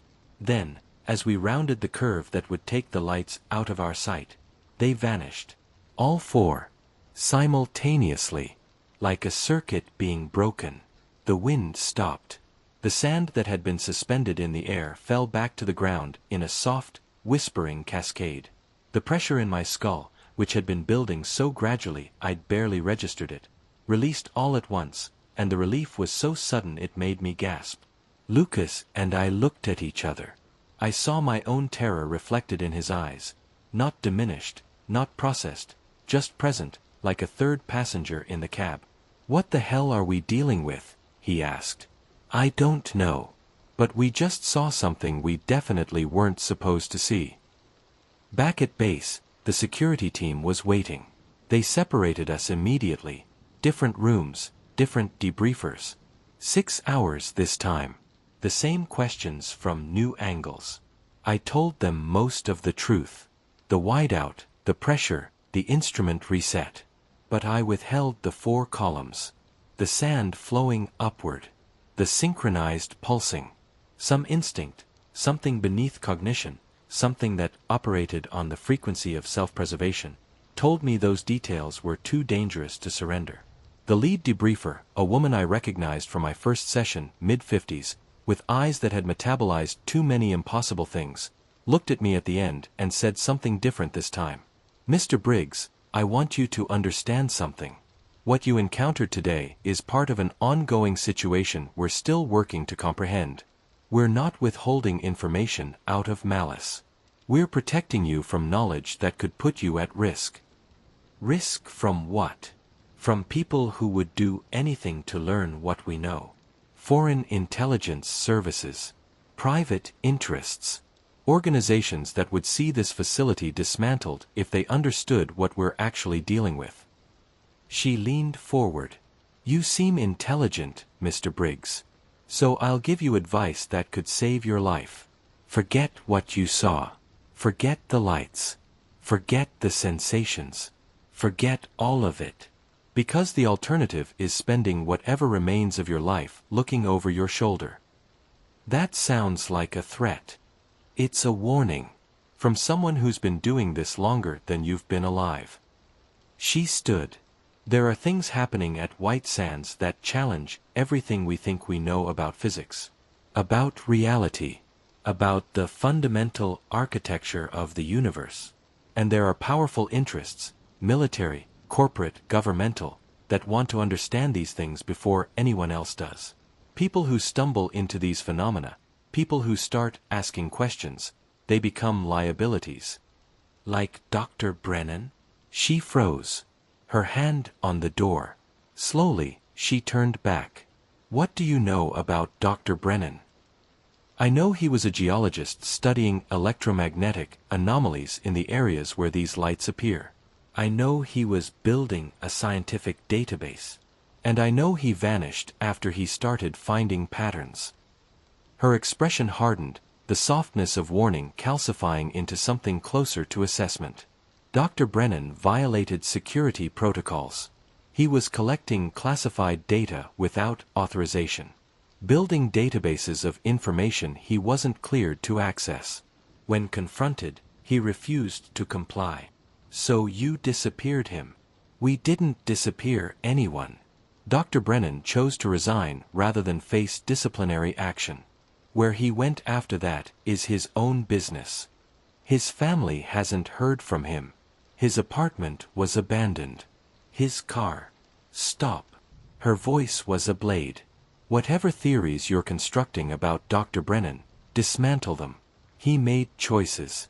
Those choices had consequences. Don't replicate his mistakes. She left. And I sat there knowing I'd been shown the boundary, the precise line between questions that were tolerated and questions that were terminal. The next morning, I tried to call Lucas. Straight to voicemail. Tried again at lunch. Again that evening. Nothing. I drove to his apartment. The building manager delivered the news with the rehearsed neutrality of someone who'd recited it before. Mr. Lucas moved out overnight. Didn't leave a forwarding address. Paid what he owed, loaded his truck, and left. His personnel file at the motor pool showed he'd resigned, effective immediately. New employer listed as a private security firm in Houston. When I called the firm, they had no employee by that name. Never had. Lucas hadn't resigned. He'd been erased. Removed from the system with the same efficient thoroughness that had consumed Brennan, that had consumed everyone who'd seen too much and refused to look away. I knew then that I had a choice. Drop it and survive. Or keep going and join the list of names that no one would ever speak again. I spent 3 days in that decision. 3 days of driving my routes, delivering supplies, pretending that the world still worked the way I'd been taught it worked. 3 days of seeing those columns in my mind, the sand flowing upward, the synchronized pulsing, the terrible beauty of something operating on principles that made human physics look like a child's drawing of the ocean. On the 4th day, I chose. I started documenting everything. Every anomaly. Every equipment failure. Every whispered account from contractors who'd seen things they'd been told to forget. Encrypted drives. Multiple backups. Hidden in locations disconnected from my name and my life. 2 months later. December 2019. My last supply run. Routine delivery to Test Site 9. Clear day. Moderate temperature. 15 miles from my destination. I saw it again. But not one light. Not 4. Dozens. Columns of white light stretching across the desert in every direction I could see. North, south, east, west. Standing like the pillars of a cathedral whose ceiling was the sky itself. Some close enough to see the particles swirling inside them. Others distant, faint vertical strokes on the horizon. All identical. all shadowless, all impossible. They formed a grid. A perfect grid, evenly spaced, extending to the limits of vision, transforming the desert into a mathematical construct, a coordinate system made of pure light. I stopped the truck, got out, stood in the warm afternoon air and stared at something that could not, exist at this scale. This wasn't a test. This wasn't a localized phenomenon. This was something deliberate. Something massive. Something that implied intelligence and purpose operating at a scope that reduced human civilization to an afterthought. Then the grid began to move. Not randomly, in sequence. A wave propagating through the columns from the farthest points toward me, each light flickering in perfect timing, creating a cascade effect that rippled across the desert like a signal being transmitted through a medium made of luminance. Beautiful. Terrifying. Incomprehensible. The wave reached the nearest columns, a quarter-mile away. They didn't just flicker. They expanded, growing wider, taller, their radiance intensifying until looking at them directly became physically painful. I could feel the pressure now, even at this distance, that familiar, bone-deep vibration of being pulled apart at the molecular level, of occupying multiple states simultaneously. And I heard the voice. The same voice Lucas had described. Not in English. Not in any human language. But comprehensible. The meaning arriving in my consciousness without the intermediary of words. The way you understand music without translating it into sentences. Now. You're ready now. I don't remember deciding to walk toward the nearest column. I don't remember leaving the truck. I simply found myself moving across the white sand, each step harder than the last, the pressure increasing, the air thickening into something that felt almost liquid. My vision distorted. My hearing narrowed to a single frequency, low, resonant, all-encompassing. 20 feet from the light, I stopped. Not by choice, by physics. An invisible barrier. Absolute. Like pressing against a wall made of compressed atmosphere. The column pulsed, once, twice, 3 times. And then the images came. Not memories. Not hallucinations. Information. Pure, unmediated, torrential, flooding directly into my consciousness with a force that made my knees buckle and my nose begin to bleed. I saw the desert as it had been thousands of years ago. Green, alive, inhabited. I saw the first peoples who had lived on this land, who had witnessed these lights and built their entire understanding of the cosmos around them. Not as superstition, but as observation. They had known. They had always known. I saw the conquistadors arriving centuries later, encountering the lights, interpreting them through the only lens they possessed, calling them divine and moving on because divinity was an explanation that required no further inquiry. I saw the atomic blast at Trinity, July 16, 1945, and I understood what it had done. Not just to the desert. Not just to the atmosphere. To the fabric. The explosion had damaged something, weakened something, torn something that had been intact for millennia.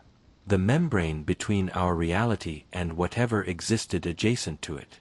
The barrier that kept the layers of existence separated and stable. Trinity had punched holes in it. Had created vulnerabilities. Had turned what had been occasional, natural points of contact into persistent, widening wounds.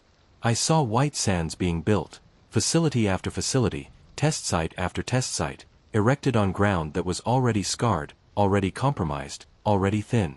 And I saw how every subsequent test, every missile launch, every weapons detonation, every release of concentrated energy into that damaged fabric, had made it worse. Had widened the wounds. Had turned thin spots into open channels. I saw the researchers over the decades, people like Brennan, who had gotten close to understanding what the lights truly were. Who had measured the electromagnetic signatures of reality coming apart at the seams. Who had begun to formulate the questions that could lead to comprehension. And I saw what had happened to them, not because they were threats, but because the institutions surrounding them lacked the framework to process what they discovered. Fear masquerading as security. Ignorance masquerading as classification. And then I understood what the lights were. Not gateways. Not portals. Not vehicles or technology or signals from extraterrestrial intelligence. They were the places themselves, the wounds. Spots where the membrane between our reality and something adjacent had been worn so thin that the two layers began to bleed into each other. Where different dimensions, different timelines, different states of existence pressed close enough to our own that they became visible, tangible, real. The lights weren't objects in our reality. They were places where reality itself was failing. Where the universe, damaged by 7 decades of atomic fire and concentrated energy release, was trying to heal. Trying to communicate across the breach. Trying to establish contact between layers of existence that were never meant to touch, but now couldn't help it. We hadn't discovered the phenomena. We had created the conditions that allowed them to manifest. We had weakened the walls of our own house and were now terrified by what was leaking in through the cracks. The download stopped. The images faded. I found myself on my knees in the sand, blood dripping from my nose onto the white gypsum, unable to determine how much time had passed. The lights were gone. All of them. The grid had vanished, leaving only empty desert and afternoon sun and the distant, indifferent cry of a hawk circling somewhere overhead. I staggered back to my truck. Drove to base. Didn't complete my delivery. Went directly to the security office and demanded to speak with whoever was responsible for investigating the phenomena. They took me to the same room. The same woman. I told her everything. The grid, the voice, the information that had been poured into my mind like water into a vessel not designed to hold it. I told her what I'd learned, that we had caused this, that our weapons testing had damaged the fabric of spacetime, that the phenomena would continue to intensify unless we changed what we were doing. She listened, and when I finished she said, "Mr. Briggs, what you've experienced is a severe psychological episode. Stress combined with atmospheric exposure has produced delusional ideation." I'm not delusional. I know what I experienced.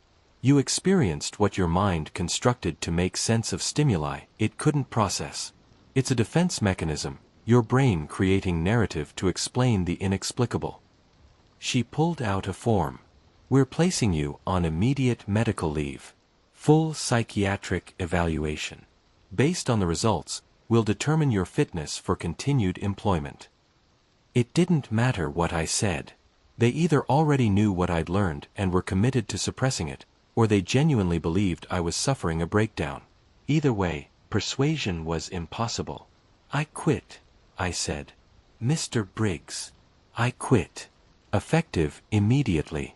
I don't need your leave or your evaluation or your authorization. I'm done." I walked out, packed my things, left New Mexico. I'm in Colorado now. Civilian logistics. A quiet life. Or as quiet as a life can be when you dream every night about pillars of light and sand flowing toward the sky and a voice that speaks in a language older than human civilization telling you that now you're ready. Sometimes, late at night, I wonder what would have happened if I'd stayed in that light longer. If instead of driving through, I'd stopped in the center and let it take me wherever it was trying to go. Would I have vanished like the people in the pickup truck, erased from this reality, translated into whatever exists on the other side of the membrane? Would I have returned changed, carrying knowledge that this version of humanity isn't equipped to hold?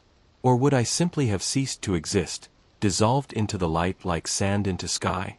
I don't know. The rational part of my mind is grateful for that ignorance. But there's another part, a deeper part, a part that awakened the first time I saw a shadowless light standing in the middle of a desert road, that knows I missed something. That there was an invitation in that moment. A threshold I could have crossed. An answer I could have received if I'd had the courage or the foolishness to accept it. That opportunity is gone. And I'm not certain it will come again. If you ever find yourself at White Sands, driving through those endless white dunes under a sky so vast it diminishes everything beneath it, and you see a column of light standing where no light should be, a light that casts no shadow, that hums with frequencies you feel in your marrow rather than hear with your ears, that pulls at something deeper than muscle and bone. You'll have a choice to make. You can turn around, drive the long way, file a report, let others deal with it. Preserve the architecture of your understanding. Keep the walls of your reality intact and your certainty undamaged. Or you can drive forward, into that impossible radiance, into the place where the membrane has worn thin enough to see through, and you can discover, for yourself at whatever cost, what exists on the other side of the world we think we know. I can't tell you which choice is right. I made mine, and I'm still trying to determine if I chose correctly. But I can tell you this. Whatever those lights are, whatever they represent, they are not going away. They are not diminishing. They are not a phase or an anomaly or a temporary condition that will resolve itself if we simply refuse to look. They are growing. The membrane is thinning. And someday, perhaps soon, perhaps in a generation, perhaps tomorrow, the barrier between what we know and what exists beyond our knowing will become too thin to hold. And what has been leaking through in columns of light and whispered voices and missing minutes will come through entirely. Not as a visitation. Not as an invasion. As a convergence. Two versions of reality collapsing into one. And when that happens, every person who was warned, every person who saw the lights and looked away, who felt the pressure and drove past, who heard the voice and chose not to listen, will understand that the choice was never between knowing and not knowing. It was between being ready and being caught unprepared. The lights are real. The damage is real. And what's coming is bigger than any secret any government can keep. I've seen it. I've felt it. And I've been told, by something older and vaster than anything I have language for, that the time for readiness is now. Whether you believe me is your choice. But the lights don't care whether you believe. They're still there. They're still waiting. And sooner or later, whether you drive toward them or away, they're going to reach you.